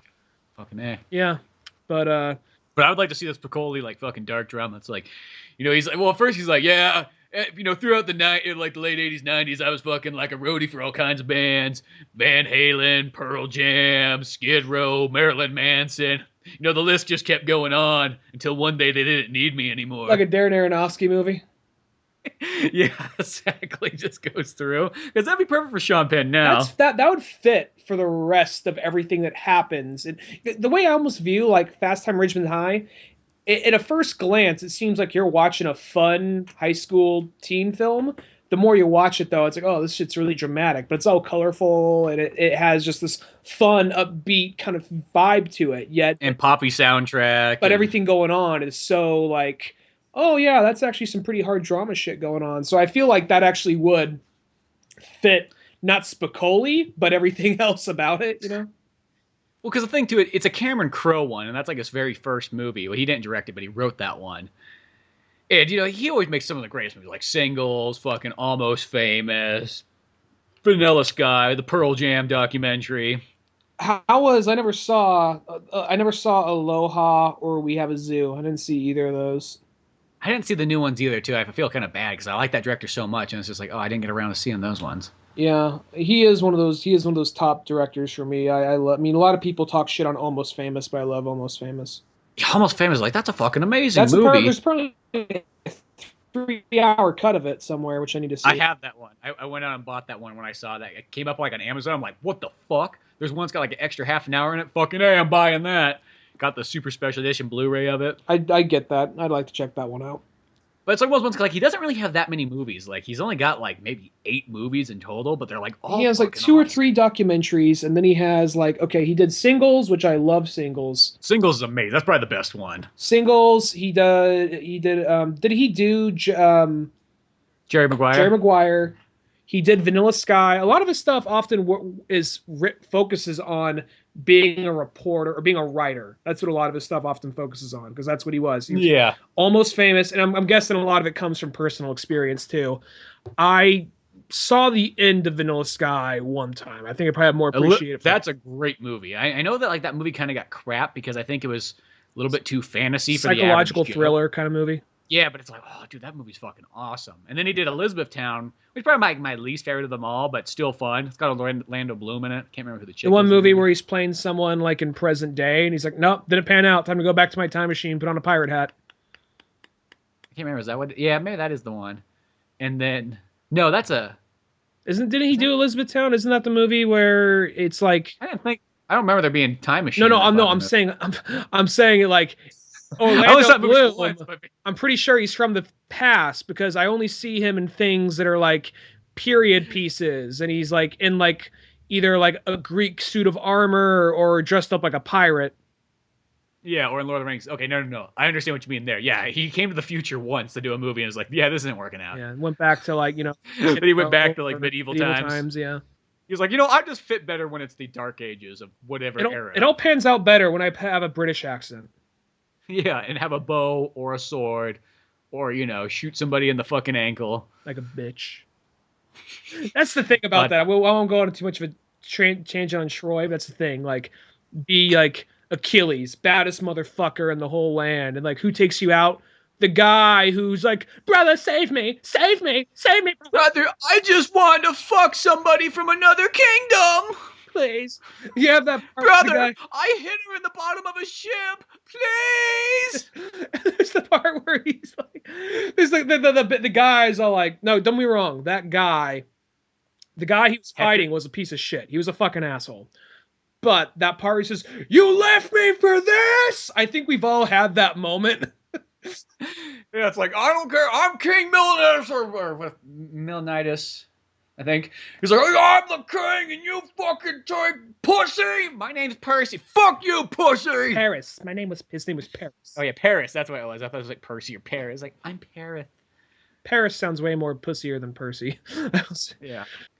It's just kind of funny. It's like that's the guy who fucking takes up the most baddest ass warrior fucking of that like whole 10-year span. That's always the weirdest thing to think. It's like that takes place. They're fucking on that beach for 10 fucking years fighting. Like, Jesus Christ. In the movie version, it's just 5 days. Well, yeah, the movie version makes it seem like it's like not that long, but like in real life, it's like that's fucking like it's like what? You would think somebody would give up by that point and go, you know what? It's just not fucking worth it. Fuck this. You think like, you know what? Not only they leave, they gave us a horse. See, this is what happens when there's like no video games in the world. Literally got nothing better to do but fucking slap dicks for 10 years trying to take over somebody's fucking castle. Just go back in time. Just destroy history. Just like, what do you got for you? Gameboys. Gameboys for you all. But then what's going to happen? Those batteries are going to die, and they're going to start fucking killing each other for each other's batteries. Exactly. That's what's going to happen. So whoever doesn't play it the most is like, oh, I got the cherry. And they're going to put scientists at like sword point to create this, so they can have the game. You just have like you have like fields of slaves on these elliptical like devices with solar panels going into like one Game Boy that like the emperor is playing. He's just playing Tetris over and over. It's the one game they got. Yeah, just one of those ones. Not even that. Like... It's just something random, like fucking like, oh, Goof Troop for Game Boy. Well, they don't care. It's like whatever. They're just grateful to have whatever they got. Yeah. It's like being a child all over again. If you just suddenly dropped the DS, just came out like, they come again, just say nothing, just drop a single DS. Yeah, just have them fight over it for, and just leave, and it just watch their heads explode. Like, look, just go from like gray Game Boy to like new DS. Yeah, just like new 3DS. Like the 3D part would fucking blow them away. Yeah, like they would literally like stab their own mother for like, this comes from the gods. We just made this war like even worse by throwing technology into it. But it's one of those ones like, fucking... That has a short battery life, too. Yeah, fucking, like, 10 fucking years on that stupid beach. Like, you know what I mean? Like, God, talk about not having anything better to do. The 5 people that actually did make it home, did any of them make it home? Odysseus made it home, and it took him another 10 years to get home. I wasn't sure if it was just like... Where the fuck is... I wasn't sure if it was just kind of like there was another boat, like, all right, guys, we're going this way. I wasn't sure if it was that, or if after all that, Odysseus was the only one. Well, I think it's like one of those ones, like, everybody's kind of like, they go back to their own different homelands of, like, Greece, They weren't all from the same place. So, the only people going back to, fucking, what's Odysseus' place called? Fucking... Odysseus Land? I don't know. I'm dropping out. But wherever he was from, that boat was all his people there. So clearly Odysseus was the only person from his land to make it back. I'm just wondering if it was just one of those things like the others get home like, oh, baby, you're gone for so long. I know. I just want to go on a vacation. How about we go to Hawaii? No! No fucking beaches. I don't want no fucking beaches. Like, what? Whoa. You just got home. No fucking beaches. Yeah, 10 years at a goddamn beach is more than enough for anybody. Just crazy, just storms out of the room. Like, oh, I guess I know his trigger word. Fuck, all right. That's his PTSD is beaches. He wakes up screaming in the middle of the night like, fucking beaches! Sand! Sand! He's at a bar. He's having a drink. Like, what do you have? I have a sex on the beach? No! No! Fucking slams his drink down. God fucking damn it, no! So he just sees, like, I'm sorry. I'm just gonna go. I'm gonna get fucking out of here. Dude, Tom, it's okay. You can fucking stay here. Tom's not my fucking Greek name. I had to change it. It was the beach thing. Was all against it. he sees some kid playing in a sandbox, gets PTSD. Starts flipping out, start slashing everybody around him. Fucking like non-flashbacks. He sees Gameboys everywhere circling around him. Oh my gosh. When I was thinking about like Odysseus going home, it's like, okay, it's not like he was traveling around the goddamn world or he was like stuck over like on Easter Island trying to make it back to Greece. It's like, how? I mean, I know there's fantasy elements in there and that's why he gets lost longer, but at the same time, how do you get so fucking lost? Like, that's not that big of an area, you know what I mean? Like, you look at that bay and maybe it was just like he went off to like Hooker Island and then, well, that's kind of, the fantasy element. He kind of did for a minute. I mean, maybe it was in real life. He's just like, baby, you were gone for so long. What the fuck happened? Oh, well, you see, a bunch of people died along the way. There was like a fucking Cyclops. There was a Hydra. A bag of wind when in real life some dude just farted really hard, and then then we get to this island of these people that were like these bewitching sirens. You went to Hooker Island, didn't you? No. They're like bewitching sirens. They like fucking Odysseus. You're just making shit up. None of this is real. Like could you imagine like explaining like 10 years later you come fucking or 20 years later technically, but you get back home and you try to explain to your wife like why you were gone for 20 years. You're just making it just sounds like you're making shit up. Like try to explain that to somebody in 2017. And you get there, but by that point, like, what, your kid's probably, like, I'm not sure how old this kid was when he left. Maybe, let's say... This kid's like 20, probably like 21 or 22. He says, he comes back like, fuck, what? I was hoping this thing would be fucking gone when I got back. Yeah, Jesus I think I went to war, shit. I thought if I was gone for long enough, you'd be at college or something by the time I got back. Greek college. Yeah, like learning from like some fucker and like in a white like bed sheet, about like philosophy and wearing a like grass wreath around his head or some bullshit. Fuck. This is the part I find it's like one of the most amazing things, but also one of like the most saddest and endearing things. But when Odysseus gets back home, the very first thing is he finally lands on the beach. Dog. Like, I'm home. Yeah, and he comes up and there's this old dog that comes up to him and it recognizes him. And he fucking holds the dog in his arms and he like licks his face a couple more times and passes away like in his arms. It's like, I feel like that's such a strong scene, but it's like that dog remembered. But then you're kind of going like, how fucking old is that dog? I mean, like, was that dog like, how old, like when he left, was the dog probably like 5? So this dog's like 25 years old now. It's like, and he waited this long just for, Odysseus to return. I just feel like that's like the most endearing scene. Like nobody fucking brings that part up. I'm like, why is that not in the fucking movie? Like, that part was like, when I read that in the book, I'm like, it's so sad, but so beautiful all at the same time. It's one of the saddest things ever. Like, Futurama, there's this episode where he has, like, his old dog fossilized, and he realizes there's a way to bring the dog back to life. And they're about to do it, and then he stops last minute. He says, like, no, when I went away, the dog never had a full life without me. This dog wouldn't even remember me. I'd just be shocking it. What's the point of me bringing my dog back to life? It's best he just rests.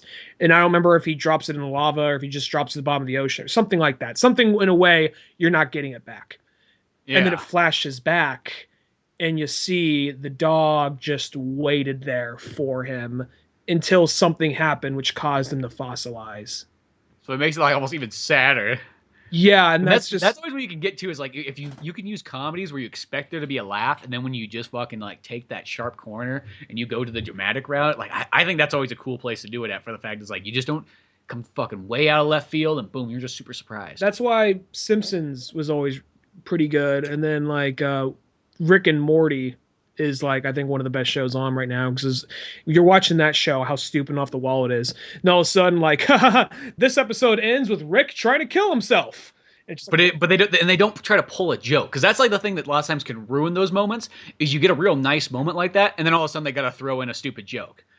You know, it was kind of like the Ratchet and Clank movie. Like it had that part where there was like this could be a really good moment, but then they got to throw a stupid joke in there, and then it just breaks it. And it's just like, well, don't even fucking try if that's the case. Yeah, yeah. So I think that's one of the reasons why that show is going to be. Hopefully, season 3 is coming out really soon. So hopefully, it keeps up its good track record. On another note, though, if we're getting more topical here, I know you saw Logan. Oh yeah, Logan. I know. It's like, well, we got to get to that at some point.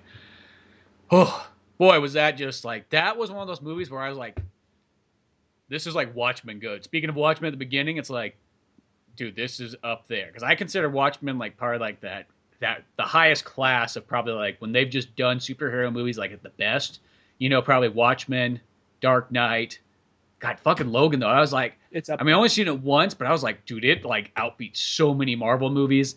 And the fact that it finally kind of like took, you know, it really took itself real serious, yet could still have just a little bit of funniness in there, but not so much like an event, not like a Marvel Studios movie. Because that's always kind of the downfall of the Marvel Studios movies is sometimes they don't know how to take themselves super serious. And I think because they're afraid to be too Warner Brothers. But this one I thought was like the perfect balance of like, hey, it's very serious, but maybe not so serious it might like throw people off, almost like Batman v Superman. But like I liked it because it's like that's what we kind of need. That's what Marvel's always kind of missing in their movies is like, come on, let's get these really fucking serious stories told on the screen here. Except for the part the one part that threw me off is that when they had that Deadpool thing at the very beginning. Because you know that was part of the movie. You didn't know. I'm like, is this how Logan starts off? You show me all these trailers and this is how it starts off, and then you realize it's like, oh, it's a fun little short. No, it's just a thing. And I bet you anything they're like, oh, we'll just play that at the end, and then they realize, well, you can't fucking throw that after the fucking ending. Are you kidding me? Like that is so gonna break the mood. Just throw it at the beginning. Throw it at the beginning instead. Well, which makes sense. That was also it was kind of like a double take kind of thing because I was watching the movie. I partway through the little Deadpool short at the beginning. Spoilers, folks. Partway through the little like Deadpool short at the beginning, I realized this isn't part of the movie. I'm watching the movie. And I see everything looks all shitty and broken down. I'm like, okay, this looks like it'd be post-apocalyptic or whatever. And then I see it's Deadpool. I'm like, fuck! Oh my god, they hid that shit! And then, like, they start playing, like, there's the guy getting mugged. They start playing the Superman theme, and he runs in. I'm like, okay, this is just, like, some little advertisement they're doing at the beginning. They're just having fun with it. Because I was like, they're not gonna... I saw the trailer. They're not doing that. When I first saw Deadpool, I was like, fuck, like, yeah, I thought he might say motherfucker or do something kind of funny, like dark, like, but within the realm of just to start the movie off, almost. Yeah, within that realm of like within the Marvel, the Fox Marvel universe. But then, like, I'm like, oh, okay. When I saw there's a poster for Logan in the background, and then I heard the Superman theme as he's in the phone. The Superman theme kind of gave it away. It was like, oh, well, this is too, like, parody for it to be, like, something as serious as Logan. And it was funny, because I'll say this, it threw off your guard. Oh, I liked it. I thought it was great. I thought it was good. It's one of those things, like, next time I visit, I don't know if I will be visiting in time enough. My dad, it's real, like, he's not really big into superhero movies. He doesn't really care for them that much, but if you show him the right one, he'd be like, oh, wow, that was really good. Like, one of his favorite movies totally threw me off that he liked it was Deadpool. I mean, I figured he'd walk away finding it funny, but if I was to ask him, Dad, what are your 5 favorite movies? The Great Escape, Wild Bunch, original Star Wars, Alien, Deadpool. Yeah, it's kind of weird. It's funny how that's just kind of catched. Yeah, you just thought you wouldn't expect that, you know? So it's like, and even though there's two sci-fi movies in there, those are like old school sci-fi by this point. So it's kind of like, all right, yeah, I get that, you know? But it's like, that opening though was just kind of a good way to start off. And this movie, I agree with you, because here's the thing about the Fox Marvel movies. The X-Men ones, I mean, I loved Deadpool. And when they first came out, I was a bigger fan of the X-Men movies, and I still like them. If an X-Men movie's coming out, I'm going to see it in theaters. And more than likely, probably get it if I like it. But X-Men has not been my favorite franchise in either comics nor the movies. Mm-hmm. That being said, though, this is definitely probably one of the top 5 superhero movies made. Oh, yeah, I think for sure. And the thing is, too, is X-Men is actually my technical favorite as far as the Marvel stuff goes. You know, and I will say that, you know, the movies, you know, I like all of them. I'm not saying I dislike any of them. Like, I like them probably more than most people like them. And Fox, for the most part, is kind of, you know, they always kind of sort of had a hit or miss. Like, some things they've done much better than others, and other movies you know, I guess I don't think they really have like bad movies, but some of them have just been kind of like okay, you know what I mean? Like, you know, Fantastic Four. It's like, come on, guys, like what the fuck are you guys doing there? Like that should be better than it is. But I look at Logan and I almost kind of look at Deadpool, and I go, this might be like the big renaissance part for Fox, where Fox was going to start fucking taking over and being like the superior superhero movie company. Because if they continue this, like they're gonna have some fucking serious shit to like deal with. That's gonna be, you know, up there top in both DC and Marvel Studios. Because the thing about that is, well, X-Men Apocalypse came out, and we both talked about that. That was But it was almost like sort of made before and after Deadpool. Like it was not, you know, if I feel if that movie was actually literally made after Deadpool, it would have been different. Like Deadpool was made real quickly because it was a shoot movie, and Apocalypse, it wasn't that it was bad, but it felt like the thing about, I don't know, like it seems like the X-Men franchise is always kind of teeter-tottering, and it's like, which is it going to be? Because when the first two X-Men movies came out, it seemed it was just trying to like, we're trying to adapt it for this world, for our world. You know, it's kind of like these guys are living here with us. It was kind of like trying to take it seriously before Batman Begins did, but still kind of like tiptoeing around the fact it's a superhero movie. Then 3, I mean, I didn't like 3 that much. That's on record. And then 4, then Origins came out, and most people hated Origins. And by that point, I fucking love Origins, but that's just me. I don't like it that much. I mean, it's okay. I liked it more when I saw it. I guess I'm just like, for me, I'm like, I always go like, I'm just such a big X-Men fan that the idea of like, I think here's the thing about that movie. Yeah, there's certain things in there that's like, okay, that's not as X-Men-y as it could be. But I think as far as just a movie goes, like the pacing of that film and the progression of it, like, if you disinclude, like, if you just don't like some of the ways they treat some of the characters, other than that, though, that movie, like, plays out so well. And I think that's the thing some people forget. Well, I think it's one of those things that there's a lot of, like, logic gaps, and it kind of just goes for, like, the revenge. I'm going after my lady's killer, which I'm fine with, but there's certain things that's just kind of like, it's meant to be a period. I guess it seemed kind of like you could have done anything. You could have. This movie says, yep, Wolverine. This is the movie that comes out and says, Wolverine's been alive for hundreds of years. And there's all the different things you could have done. You could have shown him in World War II. You could have shown him in Vietnam. You could have shown him doing any of that stuff. But it's just like, we're going to have that in opening credit sequence. Not important to the rest of the movie. And then, even though it takes place in like probably late 70s, mid 80s, somewhere between there, there's nothing around it that lets you know it could be any time period as far as the way the look of the movie goes. And it's not like a god-awful movie. People make it out to be worst thing ever. I don't think it is. I just think it played a little too safe and a little too by the numbers for something that like could have done anything it wanted by that point. Well, I mean, like, I definitely will say, yeah, it could be better than it is, but for the most part, though, it's like if you just take the movie as is, it's a really damn good movie. And yeah, you know, like a cooler way to do it would have been like to make that movie almost like a slight anthology, like a mobster movie where it just goes through like the times, you know, and as it keeps going on, you get to see different sections of Wolverine's life. Like that would have been like the super cool, like a big budget, expensive way to do it. But at that time period, it was just like, you know, they were kind of just making movies, you know, in a certain way, and that's kind of how it was. Like, and I like that movie a lot. And I also like X-Men 3 a lot. See, I seem to like all the X-Men movies that people don't like nearly as much. I'll probably say my least favorite X-Men movie of them all is maybe the Apocalypse one, the last one that came out. And the only reason I just think that one's just kind of like a little bit, I just felt like they've done too many origin stories, and I think that's the downfall of the X-Men series. Out of 10 movies by now, I think like 4 of them are origin stories. It's like, that's like too many. It's like, come on. Plus, guys. It's like, it was kind of like they kind of hit sort of a gold mine with Jennifer Lawrence as Mystique, because what happened was she was already kind of like, oh yeah, she's in Hunger Games and she's playing Mystique in First Class. That's cool. And then she started doing getting all these, like, she won an Academy Award, won several nominations, and she's like suddenly the country's most beloved biggest actress of all time. And here she is playing this B character. Now, in Days of Future Past, it was kind of like, it made sense why she was such a central focus. She wasn't the main character, but she was a big character, and it made sense why. Then we suddenly get to Apocalypse, and they got to shove her in there as like the main character, and it's like they're letting the actor I mean, it probably wasn't her choice, but they're letting the actor decide the fate of the movie rather than just letting the movie just do what should naturally happen. She should have been a side supporting character because Mystique has never been like, I'm Mystique and I'm a good guy. She's always been like the right hand villain, isn't she?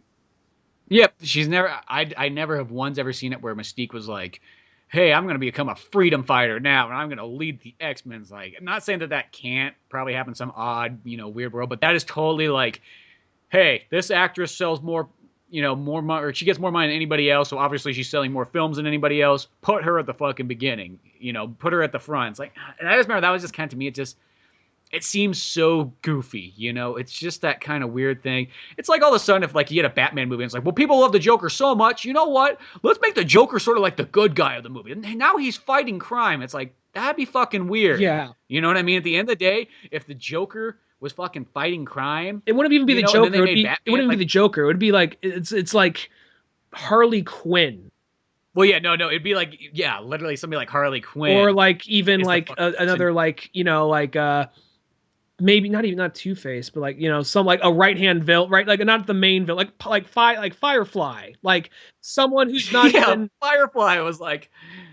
Yeah, if Dwayne The Rock Johnson, since now he's like the most paid actor, was playing like Firefly, fuck it, if that was the case, I'd be all down for it. I don't give a fuck. But you make The Rock, Firefly, take a character that nobody cares about that much, and then make him play it, and he's like, well, they're already doing that. He's playing Black Adam, and they're getting before Shazam even comes out, they're doing a Black Adam movie because the Rock is playing Black Adam. And the difference is I feel like, okay, the Rock can kind of sell stuff a little bit better than anybody else out there. You don't really care what he plays. You just show up to see the Rock.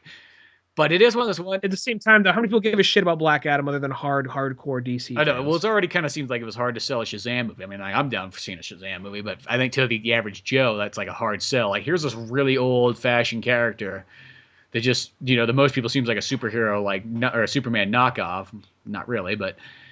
And as well as once it's a hard sell to like the average Joe, they're not going to take him serious. But throw the Rock in there, next thing you know, we kind of got off topic a little bit there because then you get. I'll say that because it seemed kind of like a weird roller coaster, and then because it seemed like when they first made X-Men, they're taking some chances, and then they're going to kind of formulate superhero stuff, and it was just. Days of Future Past was really good just because it reset everything. Mm-hmm. It was kind of an apology. Apocalypse was kind of just more spectacle than anything, and just everything else kind of took a backseat to spectacle, and then who's the most paid actor in the movie. And then then Deadpool was like, oh, that's fucking different. They actually took a chance. And then I think after Deadpool, they're like, you know what? People did not like Apocalypse that much after we just got all this good credit back with Days of Future Past. And then, yeah, to be honest, I was actually, before Days of Future Past even came out, I was kind of already like, not Days of Future Past, Apocalypse came out, I was already kind of like a little, I don't know, because I already saw the trailer so many times by that point. And you just get kind of like, well, I will say the one thing about the X-Men universe is sometimes you do get kind of a little bit fatigued, like, because what they really do need is they just need to go like full X-Men. That's what they're kind of missing, is they just need to take that extra step, because they're really still stuck. I think one of the worst things they could have done, and even though Days of Future Past is a good movie, but going back and getting the director, what's his name, from 1 and 2.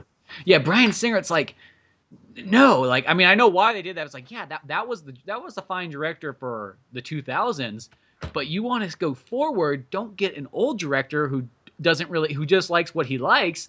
No, you need to get somebody who really fucking loves the X-Men, and I think that's what they need next. I guess their whole... I mean, Logan's fucking amazing, but...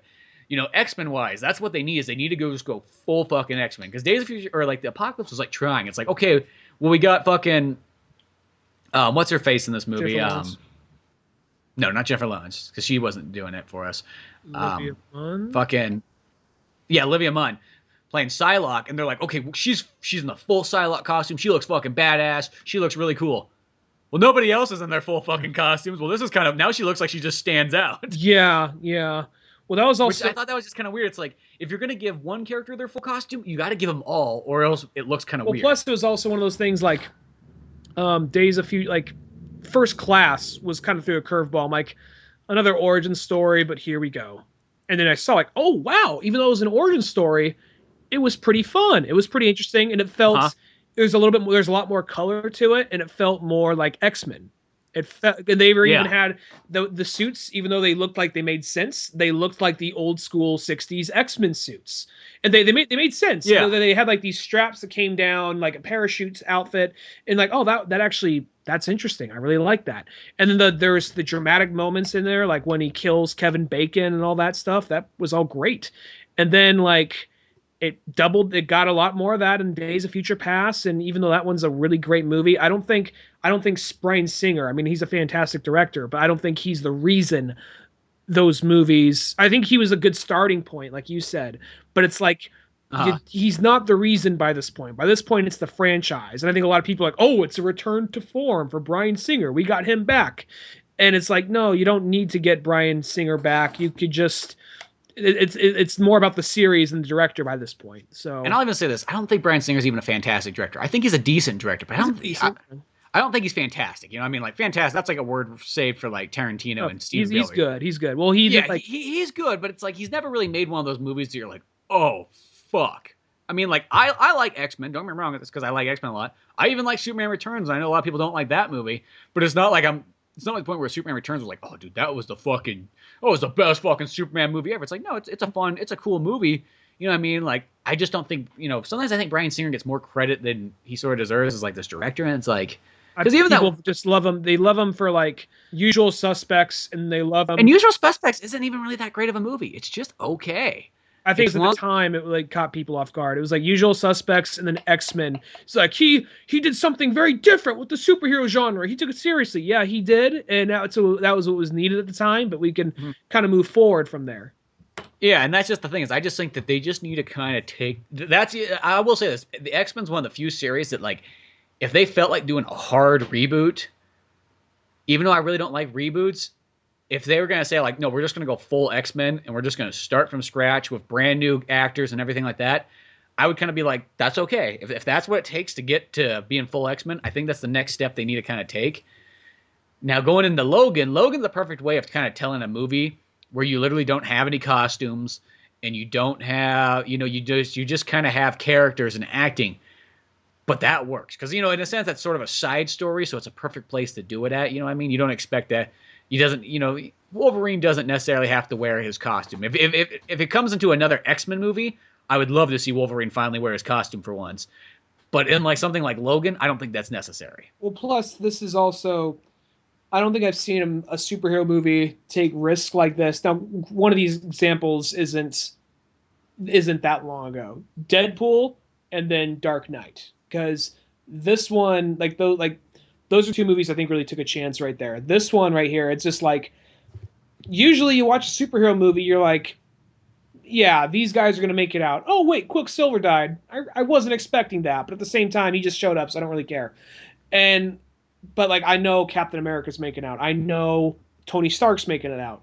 Yeah. This Hawkeye, I'm always afraid he's not going to make it out. Yeah. Like, if I hear something like they're only contracted for this many movies, that's where I'm like, I don't know. Oh, cool, he's there. Now, this one though, it was literally, I was kind of like, is so-and-so, like, and like, all right, spoilers here. When he actually fucking dies, there is so much weight to that. And I was kind of waiting on it. I was watching the end of the movie, and I waited for a post-credit sequence, and I was almost kind of like, for a split second, I was disappointed there wasn't a post-credit sequence. And I was like, you know what? That's probably for the best. Because I was watching, when I saw his gravestone there, I was waiting for claws to pop out, or you see just a rock shift. No. You think it's going to be Death of Superman, where it's like, oh, he just needs some time to sleep it off. No, I mean, they might do that. They might. I really hope they don't. But I really, really hope they don't. And I've been seeing a headline, like clickbait articles on Facebook, like, the one thing that might make him come back to Wolverine, which if he does, I say make it a prequel. Don't make it take place after this, because... Well, the nice thing, though, is since this movie's so far in the future, he could still do technically stuff, if he wants to, that are prequel stuff to it. That's kind of the nice thing about it, is this thing's so far in the future that... Because I feel like one of those ones, like, okay, that might be the it for, like, Wolverine, but I bet you that, let's say the next X-Men movie comes out, he probably will have a cameo in there, and that's cool. You know what I mean? Yeah. Like usual. But It is well, this movie right here. I actually think this is probably the most ballsiest superhero movie to really kind of come out. Because here's the thing: you could say Deadpool is, but that's Deadpool already. That's just Deadpool kind of being Deadpool. Being funny. It's only sort of ballsy for the fact that like if you kind of went into it going like, oh, I'm expecting to see a a good old Marvel Studios film, and you're just like, oh, it's not this. But if you kind of know who Deadpool is, it's like, and he doesn't tactically he doesn't have anything coming before him. Yeah, he's got the Xmen movies, but there's nothing like setting him up too much. You know what I mean? It's kind of like a fresh start. And then you could also say something like The Watchmen's very ballsy too. But no, that's really just doing the book justice. And then once again, it's not like there was a bunch of family-friendly Watchmen movies beforehand, then all of a sudden they took this fucking hard right. Where this is the perfect example of this is there was all these, in a sense, family-friendly X-Men movies all before it, and then all of a sudden, like this movie, because this movie starts off, it's just like, yeah, we wanted to let you know. First word of the movie. Well, yeah, first word is fuck, and then I just like, too, it's like, okay, after this, like, battle that Wolverine's fucking fighting these, like, Mexican guys that are trying to, like, steal his fucking ride, and, they're kind of, like, beating him up at first and everything like that, and then next, he's fucking stabbing them in the head and cutting their fucking arms off and everything like that, and it's just, like, super violent, and then you're like, oh, fuck, it's like, yeah, that's one way to start off. But then you go and he drives fucking back to Mexico or whatever, and this is where him and Professor Xavier living. And then it's just Professor Xavier and Wolverine are just like, fuck you, you fucking cocksucking faggot. Well, it's not like that, but I mean, like, they're just throwing F-bombs back and forth, just kind of like, fuck yeah, you're in a fucking R movie. When both Professor and Xavier and fucking Wolverine are saying, fuck you, I'm like, oh my God, that just put such a big smile on my face. It's like, they're taking this, like, I mean, just, because you say fuck doesn't mean you're necessarily taking something serious. That sounds like a 15-year-old saying, like, it's only serious when there's fucks and shits and cocksuckers randomly thrown in. But no. I look at that and I go, no. And that's the perfect example of, like, yes, they are saying, no, comic books is a serious medium, and that's why this is rated R, is because we're going to take this story super fucking serious, but like in a good way. Well, that beginning part, the thing about it, because you just hear like some like, like Mexican gangster rap, and then you see Logan in a car, just hammered, just drunk, like, just like sleeping on the side of the road. Like, fuck, he gets out, then, you got these cholos just trying to like steal and scrap his car off the side of the road. He's like, guys, just leave it alone. You're not gonna. Then one of them's like, oh, fuck this guy. Pulls a shotgun, shoots him in the chest, goes down. And then when he gets up and starts fighting the guys, like you said, it's bloody. But the thing is, he's not doing a good job. He's killing them. He's winning. But it's like only because he has his healing ability and he has his claws. He is literally, if he was anybody else, he'd be dead right there. And if this was Cyclops, he'd be fucked. Like this right there, not even like I'm saying like because his powers were just going. They were barely there, and I kind of like when he unsheathes his claws, like one of the claws does not come out all the way, and he physically has to pull it out, like grunt to get it all the way out. And like he's more just swiping. There's plenty of times where he gets knocked down, but it's just because he's just genetically stronger and he has his claws. Why he survives, and that part, and he just like fuck, and he sees there's buckshot in the side of the car. He's like fucking fuck. He starts kicking the side of it. Because the whole point is like, don't hit the fucking car, and then the first person to hit the car is he accidentally knocks the gun into the car that shoots it, so it's really his fault that it's off. So now he's even more pissed. He just murders that guy, and like this, and the thing is like, because it's so much of like you could go into this without saying anything else. Like what, like if you like, all right, what's Wolverine? He used to be an X-Men. I know enough about that. You can go see this movie, but it has so much more gravity. If you saw like most of the other, not even all, but most of the other X-Men movies, because you're just so used to seeing Charles Xavier, like, hello, I'm Charles Xavier. Logan, the mind is not a simple path. It's a maze. It's a corridor. You must understand. They seem like, oh, fuck you. Blah, blah, blah. How he always had. I don't want to take your fucking pills. Why don't you just fucking kill me? I'm just old and haggard. What are you waiting for? It's just like, yeah. And he's just like, he's all like, he's just like, that fucking albino you keep on leaving me with. this nice old teacher guy, like, fuck that retard. Well, it's also like that whole part with Xavier, they got across that like the more he was medicated, the more crazy he would be. The thing is, when he wasn't medicated, because the medication makes it so he doesn't have seizures, and when he has a seizure, because he's dying of Alzheimer's, when he has a seizure, his psychic powers go crazy, and he's just a time bomb, and everyone around him's fucked. So they got to give him this medication, and when they give him this medication, he's a crazy rambling old man. But when when he doesn't have his medication, he's a clear of mind guy. He's the guy we know. There's just a possibility he's going to have a seizure, and everyone around him is going to get hurt. And Wolverine's the only person that can kind of like handle the seizures. Everybody else just pretty much freezes in time and can't take it. Yeah, sorry, go ahead. Yeah, Wolverine can kind of fight through this. And it's just kind of a cool because it makes the camera kind of just all shaky and the picture gets sort of fuzzy and everything like this. Like everybody's about fucking ready to explode. And yeah, Wolverine's got to fight through, get the fucking antidote, stab him, and then shoot him up. And then boom, he's back to normal again. And what I liked about it though is because, you know, it sort of kind of mixed together a handful of, you know, different X-Men stories. And I like how in using the Old Man Logan one, that it wasn't Wolverine that ended up killing all the X-Men. It was actually Professor Xavier. And I actually think that's such a stronger way to tell the story because it's like, oh, here's the guy that not only said, I will raise you, I will protect you, I will teach you. And he's the one that ends up accidentally taking them all out. Like, I think that is just almost like way more powerful than even, and Old Man Logan's amazing, but that's like, such a powerful story arc. And you know, there's gonna be somebody out there that's like, it's not the same as the book. It's fucking shit. But it's not even called Old Man Logan, though. That's the thing. People got to keep in mind. Yeah, but it doesn't matter. There's always those people out there, you know, that somehow, some way, it's almost like they want it to be like 100% the book. And don't get me wrong, like I would love to see 100%, you know, Old Man Logan story at some point. But you know, at the same time, if they're gonna mix match a couple things together, I'm totally cool with that as well too. Like that's fine. Because you know they combine that, then they combine the X-23 origin, and because that's really more like what it is. It's like it's got the Old Man Logan in there, but it's also an X-23 fucking, I guess you'd say, origin story. But that's okay. Well, think about this. It takes a little bit in the future. It takes place in 2029, and so it's not that far into the future. And the thing about it is, I'm first seeing the trailer. I'm like, okay, it looks semi-post-apocalyptic, not to the level of Old Man Logan, just semi-post-apocalyptic. And I'm like, oh wait, it's not post-apocalyptic. They're just in Mexico. So, it's not post-apocalyptic. Just in Mexico. Well, no, because you see like this. You see there's a lot of sand. You see there's like a knocked over like water silo that Xavier's living in. So at a first glance, like okay, so it's kind of post-apocalyptic. Like oh. That's just the part they're in Mexico. Then they go up to North Dakota and all that. And it's not so much like Old Man Logan. It takes inspiration. Inspiration in the sense it's like, okay, he's old, he's jaded, he's not a pacifist. A man. He's Logan. Yeah, he's not. Yeah, he's Logan. He's not a pacifist like he is in Old Man Logan. But he's old, he's jaded, he's done with this shit, and they're going across the country rather than going from California to New York. They're going from Mexico to North Dakota. So. Mm-hmm. And then into Canada eventually. Oh, and then in Canada, yeah. That's kind of the whole thing. And then I like how, like, you know, throw an X-23 in there. That's always been a really cool character. And the cool thing about that is she's kind of like the Harley Quinn of the X-Men, being the fact that she was created in the TV show before she was created in the comics.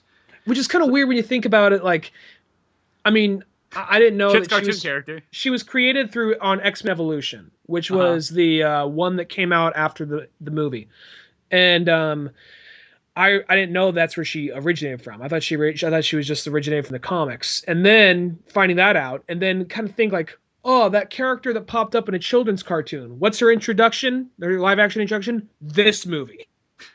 Yeah, this one where she like violently murders people left and right more than even Wolverine does. And she's just so like this whole movie. It's just so great because. I mean, I'll say that I'm not the hugest. I mean, not that I dislike the X-Men. I just never really read a lot of X-Men, and I always loved Wolverine. I always thought he was a fantastic character. And Old Man Logan is one of my favorite Marvel books, definitely, possibly one of my favorite comic books. But it's one of those things where the X-Men franchise, even though I liked it, it's never been. I'll be honest. I like Captain America more. I like. Of course, Batman more and Superman more. Oh, and yeah. I like Avengers more than I like the X-Men franchise. But this movie, though, is better than any of the Avenger movies. Better than the Captain America movies. This individual movie. So yeah, this one, like, I really think it's like I'm trying to think of like, you know, is there a Marvel movie that can outbeat Logan? You know, I mean, personally, yes. You know, any of them. If you happen to say, my favorite fucking Marvel movie is Ant-Man, fuck you. I'll be like, yeah, that's okay, dude.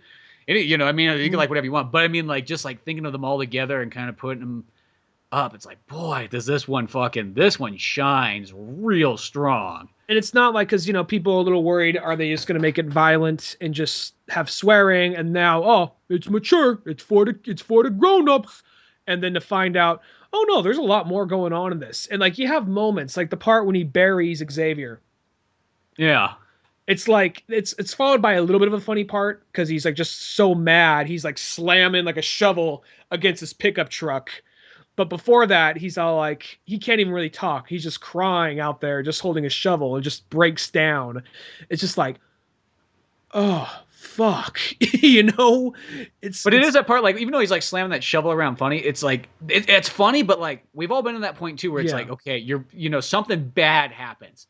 And then you just go to, just like start your car, and the fucking car doesn't start. And that's what really fucking just sets you off. Mm-hmm. So next thing you know, you're just fucking beating the shit out of something, yelling and screaming primally. And it's not like it was really that thing's fault, but it's just everything built up to it. And I mean, it's funny to watch as an observer, but like as the person there, it's just like, yeah, it's like the worst. It's like a fucking mental breakdown point. And he falls over, and like the way they kind of explain, because I've heard some people say that they're the last two mutants left. I don't really think it's like that. I think that mutants haven't been born, and we don't even know if all the Xmen are really dead. They kind of say, spread it through the Coca-Cola. They said that in the movie. Yeah, well, that was the thing. They said that, like, so don't drink the Coca-Cola, kids. You won't get your mutant powers. Well, they said that what they did is they started spreading this mutagen that would weaken, not mutagen, but this disease through food products and whatever you have. Just like the high fructose corn syrup and whatever, to like stamp out mutant powers and to like make you a little less stable, and also to kill the mutant genome in people so they can't reproduce mutants when they're born. So, and that's like a very interesting way to go about it. Now, I will say that I was surprised they didn't use, when I heard all this genome and like genetic stuff, I'm really surprised they didn't come out with Mr. Sinister. But I think because he's coming in the next X-Men movie. That's the reason why. But at the same exact time, though, because isn't that his company in this movie? That might be. I can't remember off the top of my head if that's exactly it. I was just kind of surprised. Like, I didn't know if they were going to have a slight mention of him in there, because I did think that is too. But then I was like, well, I'll be honest, they'll probably just save him for the next X-Men movie. I felt like that's what they were going towards. When I first saw the albino dude in one of the trailers, I assumed that was Mr. Sinister. Well, yeah, you could see how that would look like him in a trailer right away. I just assumed, okay, they're doing the weird, dark and gritty. I thought he was going to be some creepy guy that just kind of almost kind of like Joker, because they showed the part where he's holding two grenades and like flips them up, and he's kind of has his hands hanging over like a fence kind of thing. Yeah. So I assumed right there, they're like, okay, that's Mr. Sinister. Then I'm like, oh, that's not Mr. Sinister. It's just some albino dude. Which I felt bad for that guy too, because that guy was just like this nice guy. He was pretty much like, it's like Wolverine found himself a fucking butler, pretty much. And that guy's kind of a mutant too. Yeah, he's a mutant too, and he can like sense where other mutants are and so on. So that's why he's kind of has him held there. But he's taking care of Professor Xavier. Professor Xavier doesn't like him. He's fucking cleaning up their like ramshack house in fucking Mexico. It's more he doesn't like him just because he's always medicated. When he's medicated, he's like a rambling old man. But that's the only, like, a rambling crazy old man. But when he's not medicated, that's where he is what he is. It's just they're taking a chance there because he might destroy a 5-mile radius. The whole point is Wolverine's working this job as a limo driver to save up so that him and Professor Xavier can get a boat and I don't know what, go out and fucking live their last days on like the middle of the ocean just to be away from everybody, just in case if he does explode, he won't kill anybody. I think that's the whole thought of that. Well, it's also just so sad when you think about it, because it's like you have this dude who saved the world on multiple occasions. Oh, movie opens up. He's hammered, waking up on the side of the road in a limousine where he drives around entitled assholes, prom queen, like not prom, like kids to prom, fucking stupid bachelorette parties, all that kind of stuff. It's like, oh, fuck, and like, everybody he knows is dead. Just about the one person he has left is a rambling idiot by this point to keep him safe. So. And I'll say, don't think this is me complaining, because I get the irony of it. He's walking around with an adamantium bullet to one day possibly kill himself. And then we find out that, there's this other weapon, X-24. I'm like, ooh, fuck, what's X-24 going to be? It's just a Wolverine clone. And Yeah. that's like, I get why they did that, because it's kind of like, okay, you're fighting the younger version of yourself, and there's this part where spoilers, the way they kill Wolverine clone is they shoot him in the head with the adamantium bullet, because there's no way he's strong enough to take this guy down. And Yeah. I get that, and I get the whole purpose of that. Like, what do you kill the evil version of yourself? The thing you're going to kill yourself with. And it has that thing where it's like he's walking around thinking about killing himself, and he has to literally kill himself in the movie. Like, it's got like that weird, like, psychoanalysis kind of thing. But I do kind of agree with you. I think it could have been some other mutant instead. Omega Red or something like that. Yeah, they never used Omega Red. I assumed it was going to be like, I didn't know when I saw we're working on X-24, and I just saw like an arm in a test tube, and I didn't see claws. Maybe there's claws there and I didn't see it, but I just assumed it was going to be some other character we haven't seen yet. Maybe X-24, maybe there is an evil Wolverine clone in the comics. I almost want to say I think that is a real character. So, I mean, it's not like they're just pulling that out of their ass, but I do feel like that was kind of a spot. Like, if there's any, like, slight, it's not like it makes the movie bad, but, like, just slight. Because I understand why. I understand everything as a yeah, flaw. like, it works 100% in the movie, but at the same time, I just feel like that could be just almost the perfect place to throw another character in. Because that's about the only kind of downfall of this movie. Is you really get who you see. You don't really get anything more in this movie. It's not one of those movies where all of a sudden it's like, oh fuck, who's going to come out in this movie? It's like, no, you get your 3 mutants pretty much and a bunch of kids, and that's about it. But that says how good the movie is. The fact that it's just kind of like, usually that's something I downgrade a movie for, a superhero movie with a lot of, like, with a big established lore. Like, for instance, if they came out with another Batman movie right now, like, well, who's in this Batman movie? Batman, Alfred, Two-Face. That's it. That's literally everybody in the movie. Yep, that's everybody in the movie. I'd be like, but by this point, that's all you got. But this movie, though, it makes sense for what it is, because it's the last ride, and the thing about being alone and the solidarity of it all, I think really helps it. No, yeah, and I think that totally does work. But I do feel that, yeah, I think Omega Red, that actually sounds like a real good choice right there. Just for the fact they haven't used him yet, and that's like one of Wolverine's biggest enemies. I mean, he already fought, Silver Samurai, and he already fought, Sabretooth and all kinds of stuff. It's like this would have been the perfect time to kind of throw in somebody like that, just to kind of, because Omega Red's one of those characters you could sort of like, okay, he doesn't have to be maybe like he'd come from Russia, but he doesn't have to be like a Soviet. You could kind of change him up just enough to work in the story. There's enough they've changed in this universe already. He could just be another Weapon X thing, Yeah, that's what I mean, and that would have worked. But well, that's okay though. But yeah, this movie just is just like strong and powerful, and it's like the superhero movie that will make you cry more than almost any other one. I came close. I didn't, but I came fucking it's like close. when fucking Professor Xavier dies, and he's given this first he's just giving this speech like, I remember what happened to all my students. I was there, I could feel them all before they went away. There was nothing I could do, and then all of a sudden it's like he thinks he's talking to fucking Logan, but no, it's just the X-24 clone, and then he fucking like stabs him in the fucking heart a couple times, and then everybody in the house, I guess you get this part. They help this like black family like bring their horses back to their truck, and they're like, oh, why don't you come on by to our house? We'll make you dinner and everything like that. Oh, okay, which you're just kind of going like, I've seen a Wolverine movie too many times. This is just a bad idea to happen. Yeah, and then like the whole thing is like I just got done saying like this is like I think the happiest I've been in a long time, and I don't deserve it because of this. I remember now that I'm off those pills for a few days, I know what I did, and I'm so sorry. He gives this very heartfelt speech, and you see kind of a silhouette. You see it's Wolverine, and then then the claws come to his chest and shoot into his chest. I'm like, okay, this is a bad dream. I'm like, he's still fucking killing. Then I'm like, oh, wait, this must be what X-24 is. And then that's where the tragedy, this family that helped them, see the guy that was helping them, being so nice, killing them. And it's just brutal because he just fucking kills the kid. He kills the mom.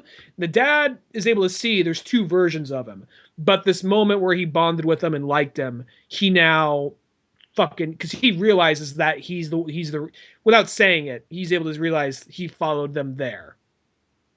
Yeah, it's one of those ones like he knows that Logan is not a bad guy whatsoever, but there's just this rage in him going like, you brought this upon my family. That, after he, like, in a sense, blows the living daylights out of X-24's head, he turns and points the gun at Logan and fucking fires it, but there's nothing left in the chamber.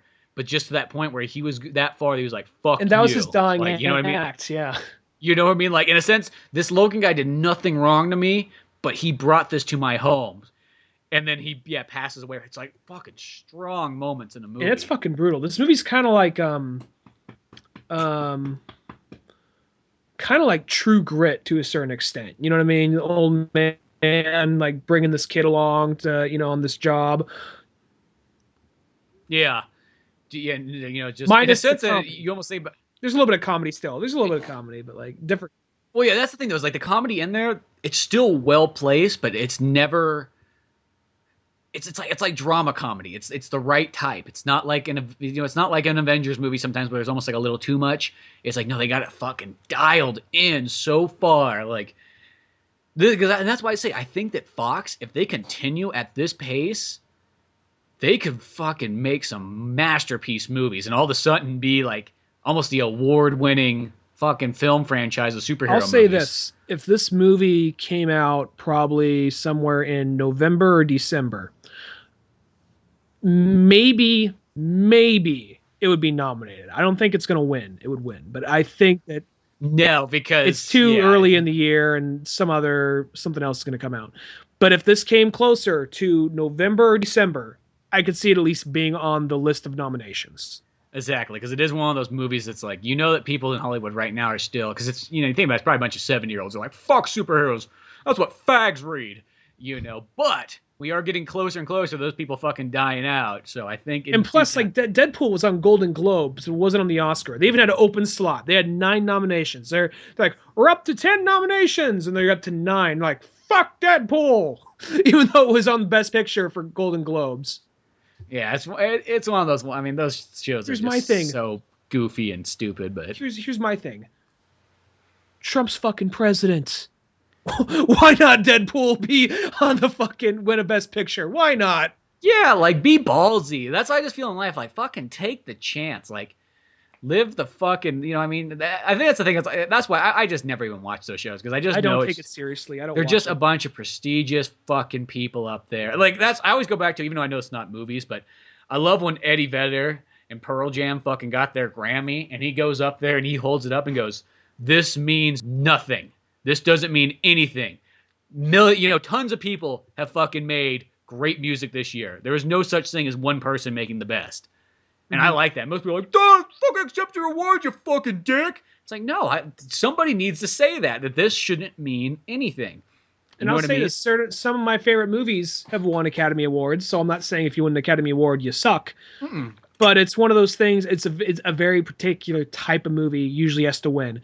And for something for me to like to win, not get nominated, to win, it usually that guy had to be there 5 times before he actually gets his nomination or wins. And all right, yeah, there's the freak situation where Tarantino won Best Screenplay for Pulp Fiction, but that's a rarity. It seems like you got to put your dues in, because you look at like and it should have been. It shouldn't just been Best Screenplay. It should have been Best Picture, because what won that year? Forrest Gump. Yeah, no, I kid you not. I love Forrest Gump, but compared to Pulp Fiction, and here's the thing: which one is still studied? Which one's still heavily studied and analyzed? Which one's like, oh, that's a nice movie.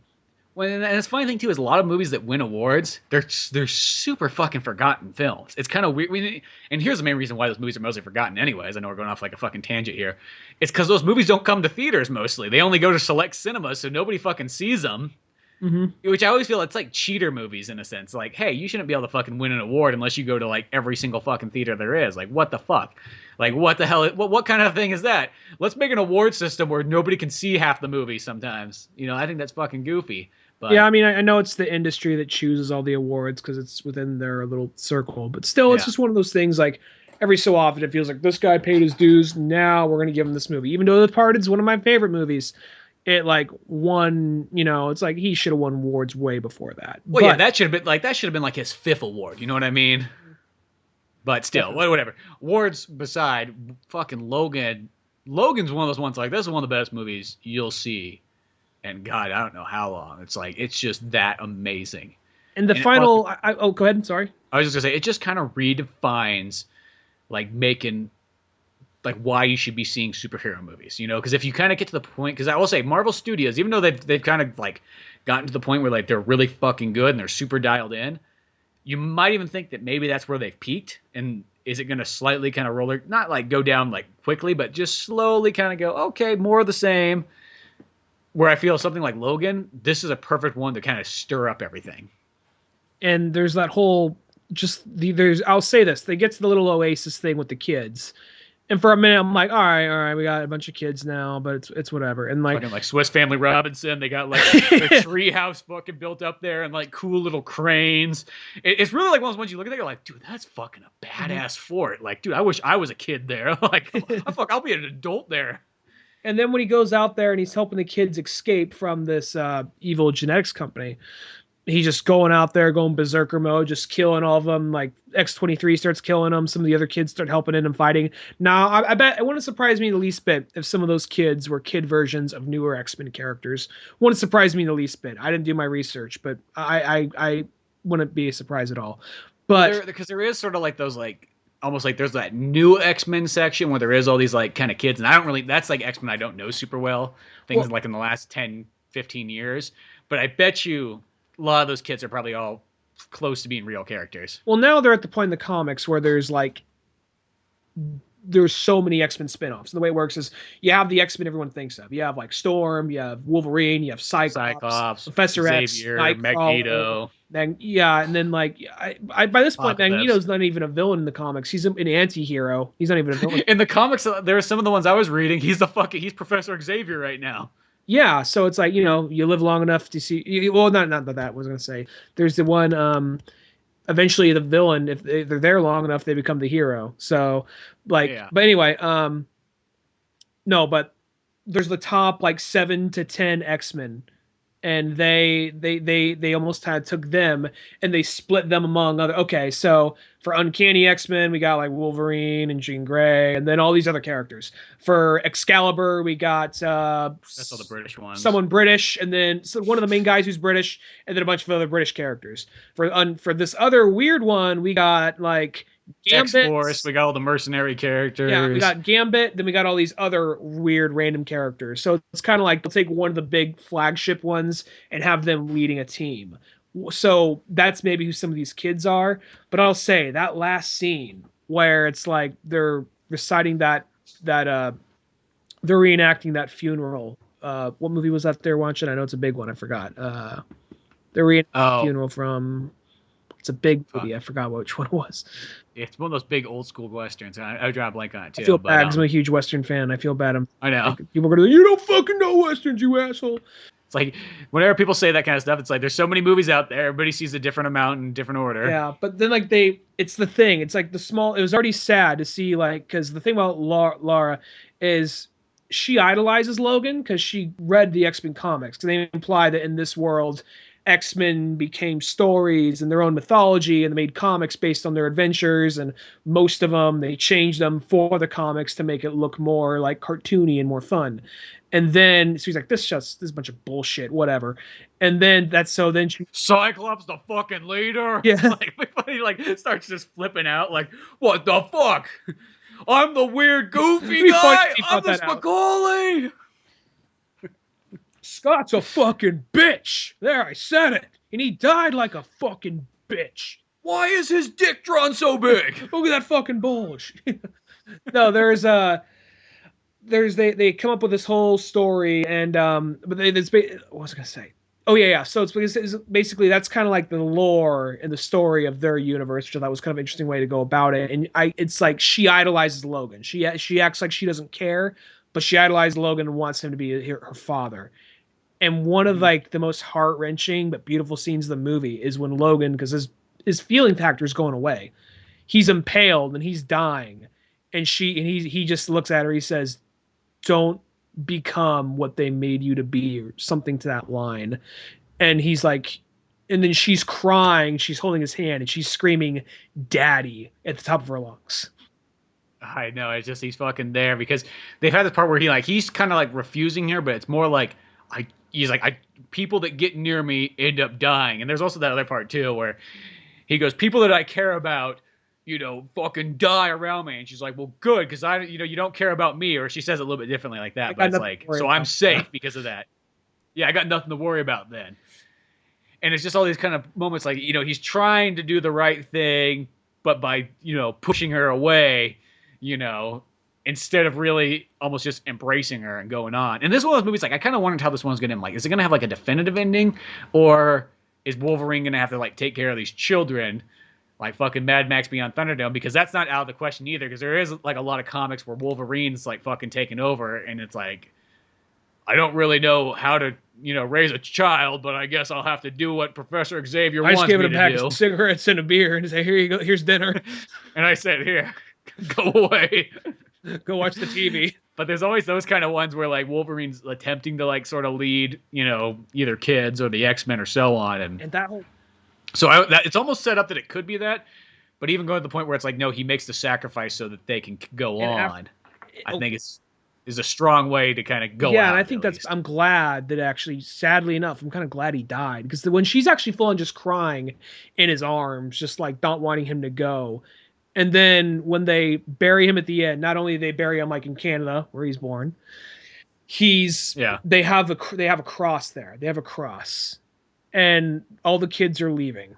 And right before they leave, Lara goes up to it and she adjusts it ever so slightly, making it, instead of a cross, it's an X. I know. I think that's so cool. It's like walks away and just leaves like. And then we play Johnny Cash's "The Man Comes Around," which is like a perfect song to like cut off at. Mm. And that's the thing. It's just like such a perfect like what you can't really have a better ending than that. It's like the perfect superhero ending. To go. It's like the only time they had the balls to actually kill off the bad guy, kill off the good guy. They actually had the balls to kill off. Super Friends, you're like, are they ever gonna have the balls to fucking just like kill Lex Luthor? Fuck him. Yeah. Well, it's like they actually had the balls to kill off the hero. They actually did it. Well, it's kind of true. You think about, like, is there really another superhero movie? I know it happens in comics all the time, but in comics it happens all the time. I'm talking about movies. That's not like Watchmen, or not like kind of like I'm not gonna say secondary comic, like it's something, but not like a Marvel DC main thing. Or it's like, you could have like, a side character die that's big in the comics, but not like the main character. Like you could have like Quicksilver. You could have Quicksilver die. You can maybe have like, I don't know, but you can't. Who knows? Tony Stark might die at the very end. He might die. It's a possibility. That's a good that because Marvel's smart. Marvel adapts. As soon as it feels like prepping this girl to take over for Tony Stark in the comics, so you know that's who they're gonna like try to like force into the movies. They're already doing. They got Ironheart, and then they already have like Civil War. Even though that's way more popular than this, it still definitely had a lot more like emotion going on than other Marvel movies. So Marvel they're smart. They'll adapt. I don't think they're gonna make this movie, but they'll adapt, and when it gets stale, I think they know, and they try and shift it ever so slightly. Yeah, exactly. Well, because you could say, in a sense, like what gets to Logan, definitely I will say Civil War is like a stepping stone towards that. Mm-hmm. But I think that's one of those ones that's like, I am really excited to see what's next for Fox. And I've been one of those kind of people, like I've liked the Fox Marvel movies more than probably the average Joe. But we all know that they are kind of like hit or miss on like how good they can be. And I think from this point on, if they continue this trend, and I think it's one of those ones if they just go fucking ballsy, because you know what the sad thing is, if they were gonna make Fantastic Four like right now, I bet you they could go so fucking ballsy. I feel that movie just came out just a tad bit early before they decided to go super ballsy.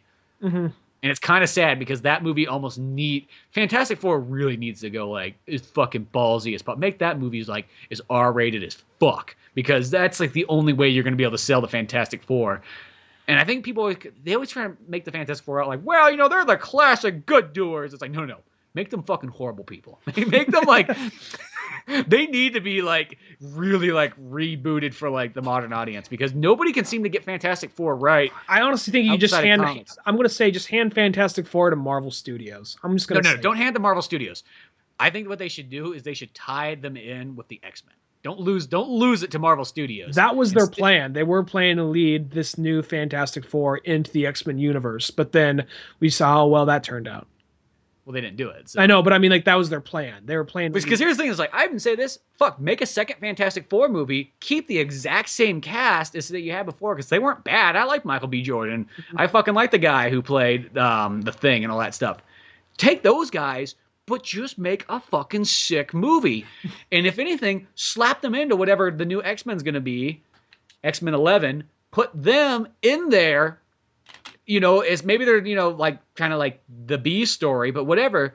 That's what they just need to be sold well, or fucking just give them a badass R-rated movie where it's like, we're gonna go into space and punch some fuckers in the face. You know, like, just make it like fucking out of this world. Make it like Guardians of the Galaxy, but make it rated R Guardians of the Galaxy. That's how you're gonna fucking top it off, because that's what Fantastic Four sort of is anyways. They'll get on their fucking space buggy and they'll be set in flight. They'll be kicking people fucking in the dick in space. Like, that's what they need. Kicking dick in space. Fantastic Four. Fantastic Four 5. We'll get it right at some point. Fuck you. Fantastic Four 5. This is the one. Fantastic Four 6. Like, no, we we got it this time. Fantastic Four 7. Just bear with us. This is it. We got it. We got it. Fantastic Four 8. Fuck you. Watch this movie. But I mean, like, because in a sense, like, if Fox, yeah, I know who knows, like Fantastic Four, they probably are just like, fuck this franchise. But it's because they haven't been ballsy with it yet. If they literally go, hey, you know what Fantastic Four is? This is our fucking Guardians of the Galaxy. People seem to love the fucking shit out of Guardians of the Galaxy. Well, we can just up the bar one more level, because what Fox is going to be known for now is making rated R movies. Fantastic Four always came across to me as Johnny Quest, that sometimes went more into space and that had a superhero team rather than like a kid. And you know what I mean? It always seems like that 1960s, we're adventuring scientists, you know? And well, it is the total, that's, I mean, it has a total old feel. And that's why sometimes I feel like the Fantastic Four doesn't translate nearly as well as other, like, it's almost like it didn't evolve past the 60s. Just leave the fucking Baxter building or leave the military complex. That's what I mean. all you gotta fucking do. You just gotta leave the military. You know what happens when they get make the Thing the main character. Fuck this shit. That's who we all want to see, because the Thing's like the one character that I feel that has kind of like evolved, because you kind of look at like Mr. Fantastic feels really fucking old. Like, no matter what, he feels like your fucking grandpa. I don't care what age you make him, he always feels like the grandpa character of, like, you know, the Marvel universe. He reminds you like your grandpa who married somebody who was like 30 years younger than him. What? I feel like trying to like ride motorcycles. Well, the new one, I'll say this: the fucking new one should have just been like, we're going to like the what was it, the Zero Zone or Dimension Zero, whatever it was called. It's actually in the comic books. And there's this whole other world and society there, the Negative Zone, I think. The negative. There's this whole other like society and world there and all this and that. I think there is, at least. And from the comics I read, what if they just got there? They got their powers. They were stuck there. They had to figure out how to get home, but they had their powers, and they just happened to be wearing their suits in the process. Just do that shit. They got there. We gotta get the fuck out of here. Victor Von Doom says, no, man, this shit's awesome. Let's stay here and rock this shit. No, dude, we gotta go home. Fuck you. We got our villain. Or don't even do that. Have Victor Von Doom on their side. Yeah, don't even put Doom in there. It's like Doom's in every single fucking one. If they're gonna try and jam him in there, have it the way he's working with them. He's on their side, and they go against the bug guy from the dimension. The bug guy in the suit or whatever in that world. Yeah, and then or fucking bring Galactus into there or something cool. And then when they get back, then they just says like, yeah, I like the way that guy was running shit. We should do it like his. Doom, what are you doing? We can't do that. Fuck you. That's what I'm doing. We got our sequel. Yeah, Zach. It's like one of those ones like I know this 100% well that Fantastic Four can work. It can work. But they got to take Fantastic Four and take it out of the safe zone and go, no, this shit's going to be fucking ballsy. It's going to be so fucking ballsy. We're going to make fucking grandparents cry. You know what I mean? Like, this is where we're going with this shit. You thought fucking Deadpool was offensive? No, you haven't seen fucking Fantastic Four. I'm just imagining the Thing. He's just going to have his fucking dick hanging out the whole time. Like fucking... You thought that... Okay, people thought that the blue dick was big in Watchmen. You haven't seen the Thing's dick. It just drags across the ground, just leaving like just like this indent wherever he goes, just dragging. He's fucking gonna use it like a weapon too, and not only that, he's gonna fuck Galactus. I think you're going a little hard here. And like, no, man, this is Fox. No, the Thing's hard. He's rock hard. Just the character poster is just a picture of the Thing fucking just grabbing his dick. Just jizzing out a bunch of pebbles.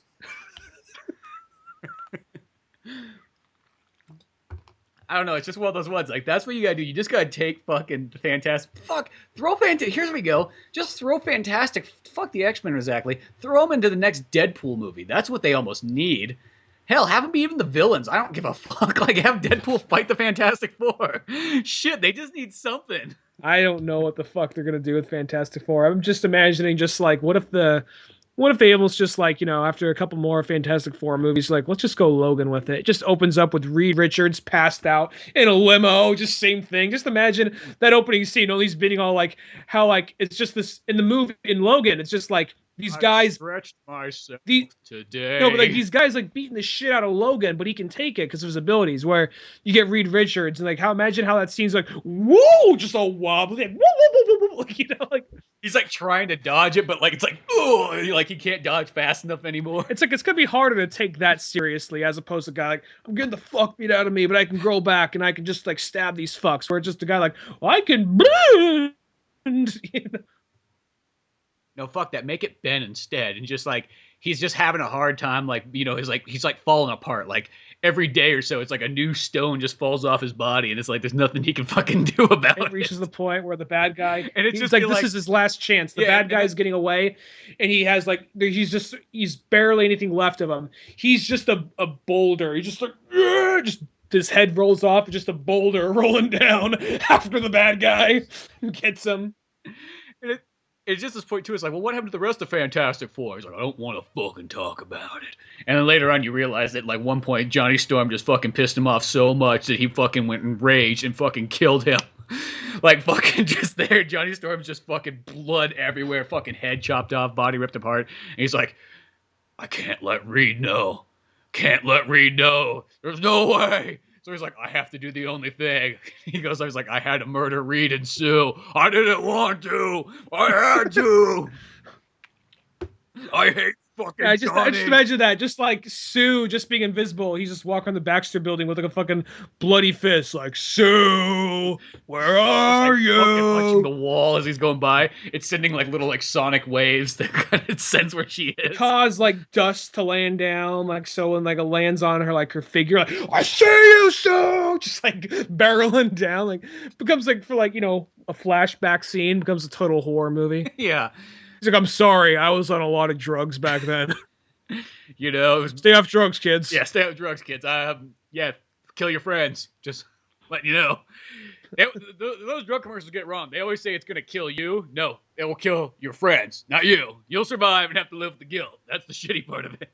Thing is, I saw the drug commercial where the dog starts talking to the girl about not smoking pot. It's like, God, I gotta try that shit. And it wasn't working. My dog was not talking to me. So I kept on taking things.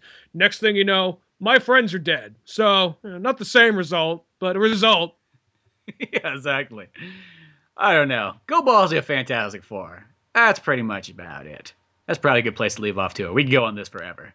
Yeah, we're almost as long as this episode is just 2 minutes longer than Logan.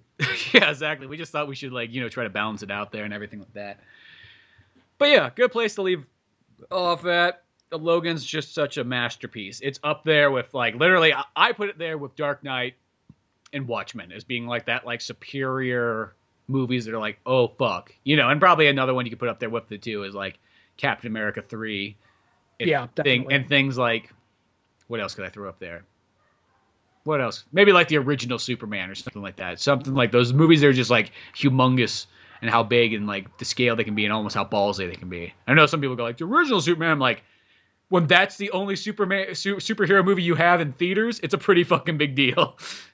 I'd throw a few more names. We're at 2 hours and 18 minutes. Exactly. See, we'll just keep going on. Fuck it. I want to see, fucking Ben, the Thing. Fucking, I don't care what. I'm just doubling down on this. You'll go full 230. I don't give a fuck. That's what Ben would do. Yeah, check out oldmanorange.com. Till then, I'm Spencer Scott Holmes. I'm Ryan Dunigan. We'll see you some other time. Later, folks. Thanks for listening to the Old Man Orange podcast. Check out our website at oldmanorange.com for even more podcasts, cartoons, videos, music, and more. Send us an email at oldmanorangepodcast@yahoo.com. Be sure to subscribe, share, rate, and review us on iTunes, Podomatic, or any of the other fine sites we might be located on. And if you want to help out even more, click on the Amazon or GameStop links on our webpage before you make any purchases there. It won't cost you a penny, but it sends us a little something our way. Thanks for listening, and tune in next week to Old Man Orange. I saw Benro the other day. He was waiting in line for the Wii or the Switch at Walmart. How's he doing? Still a ginger? I don't know. I didn't talk to him.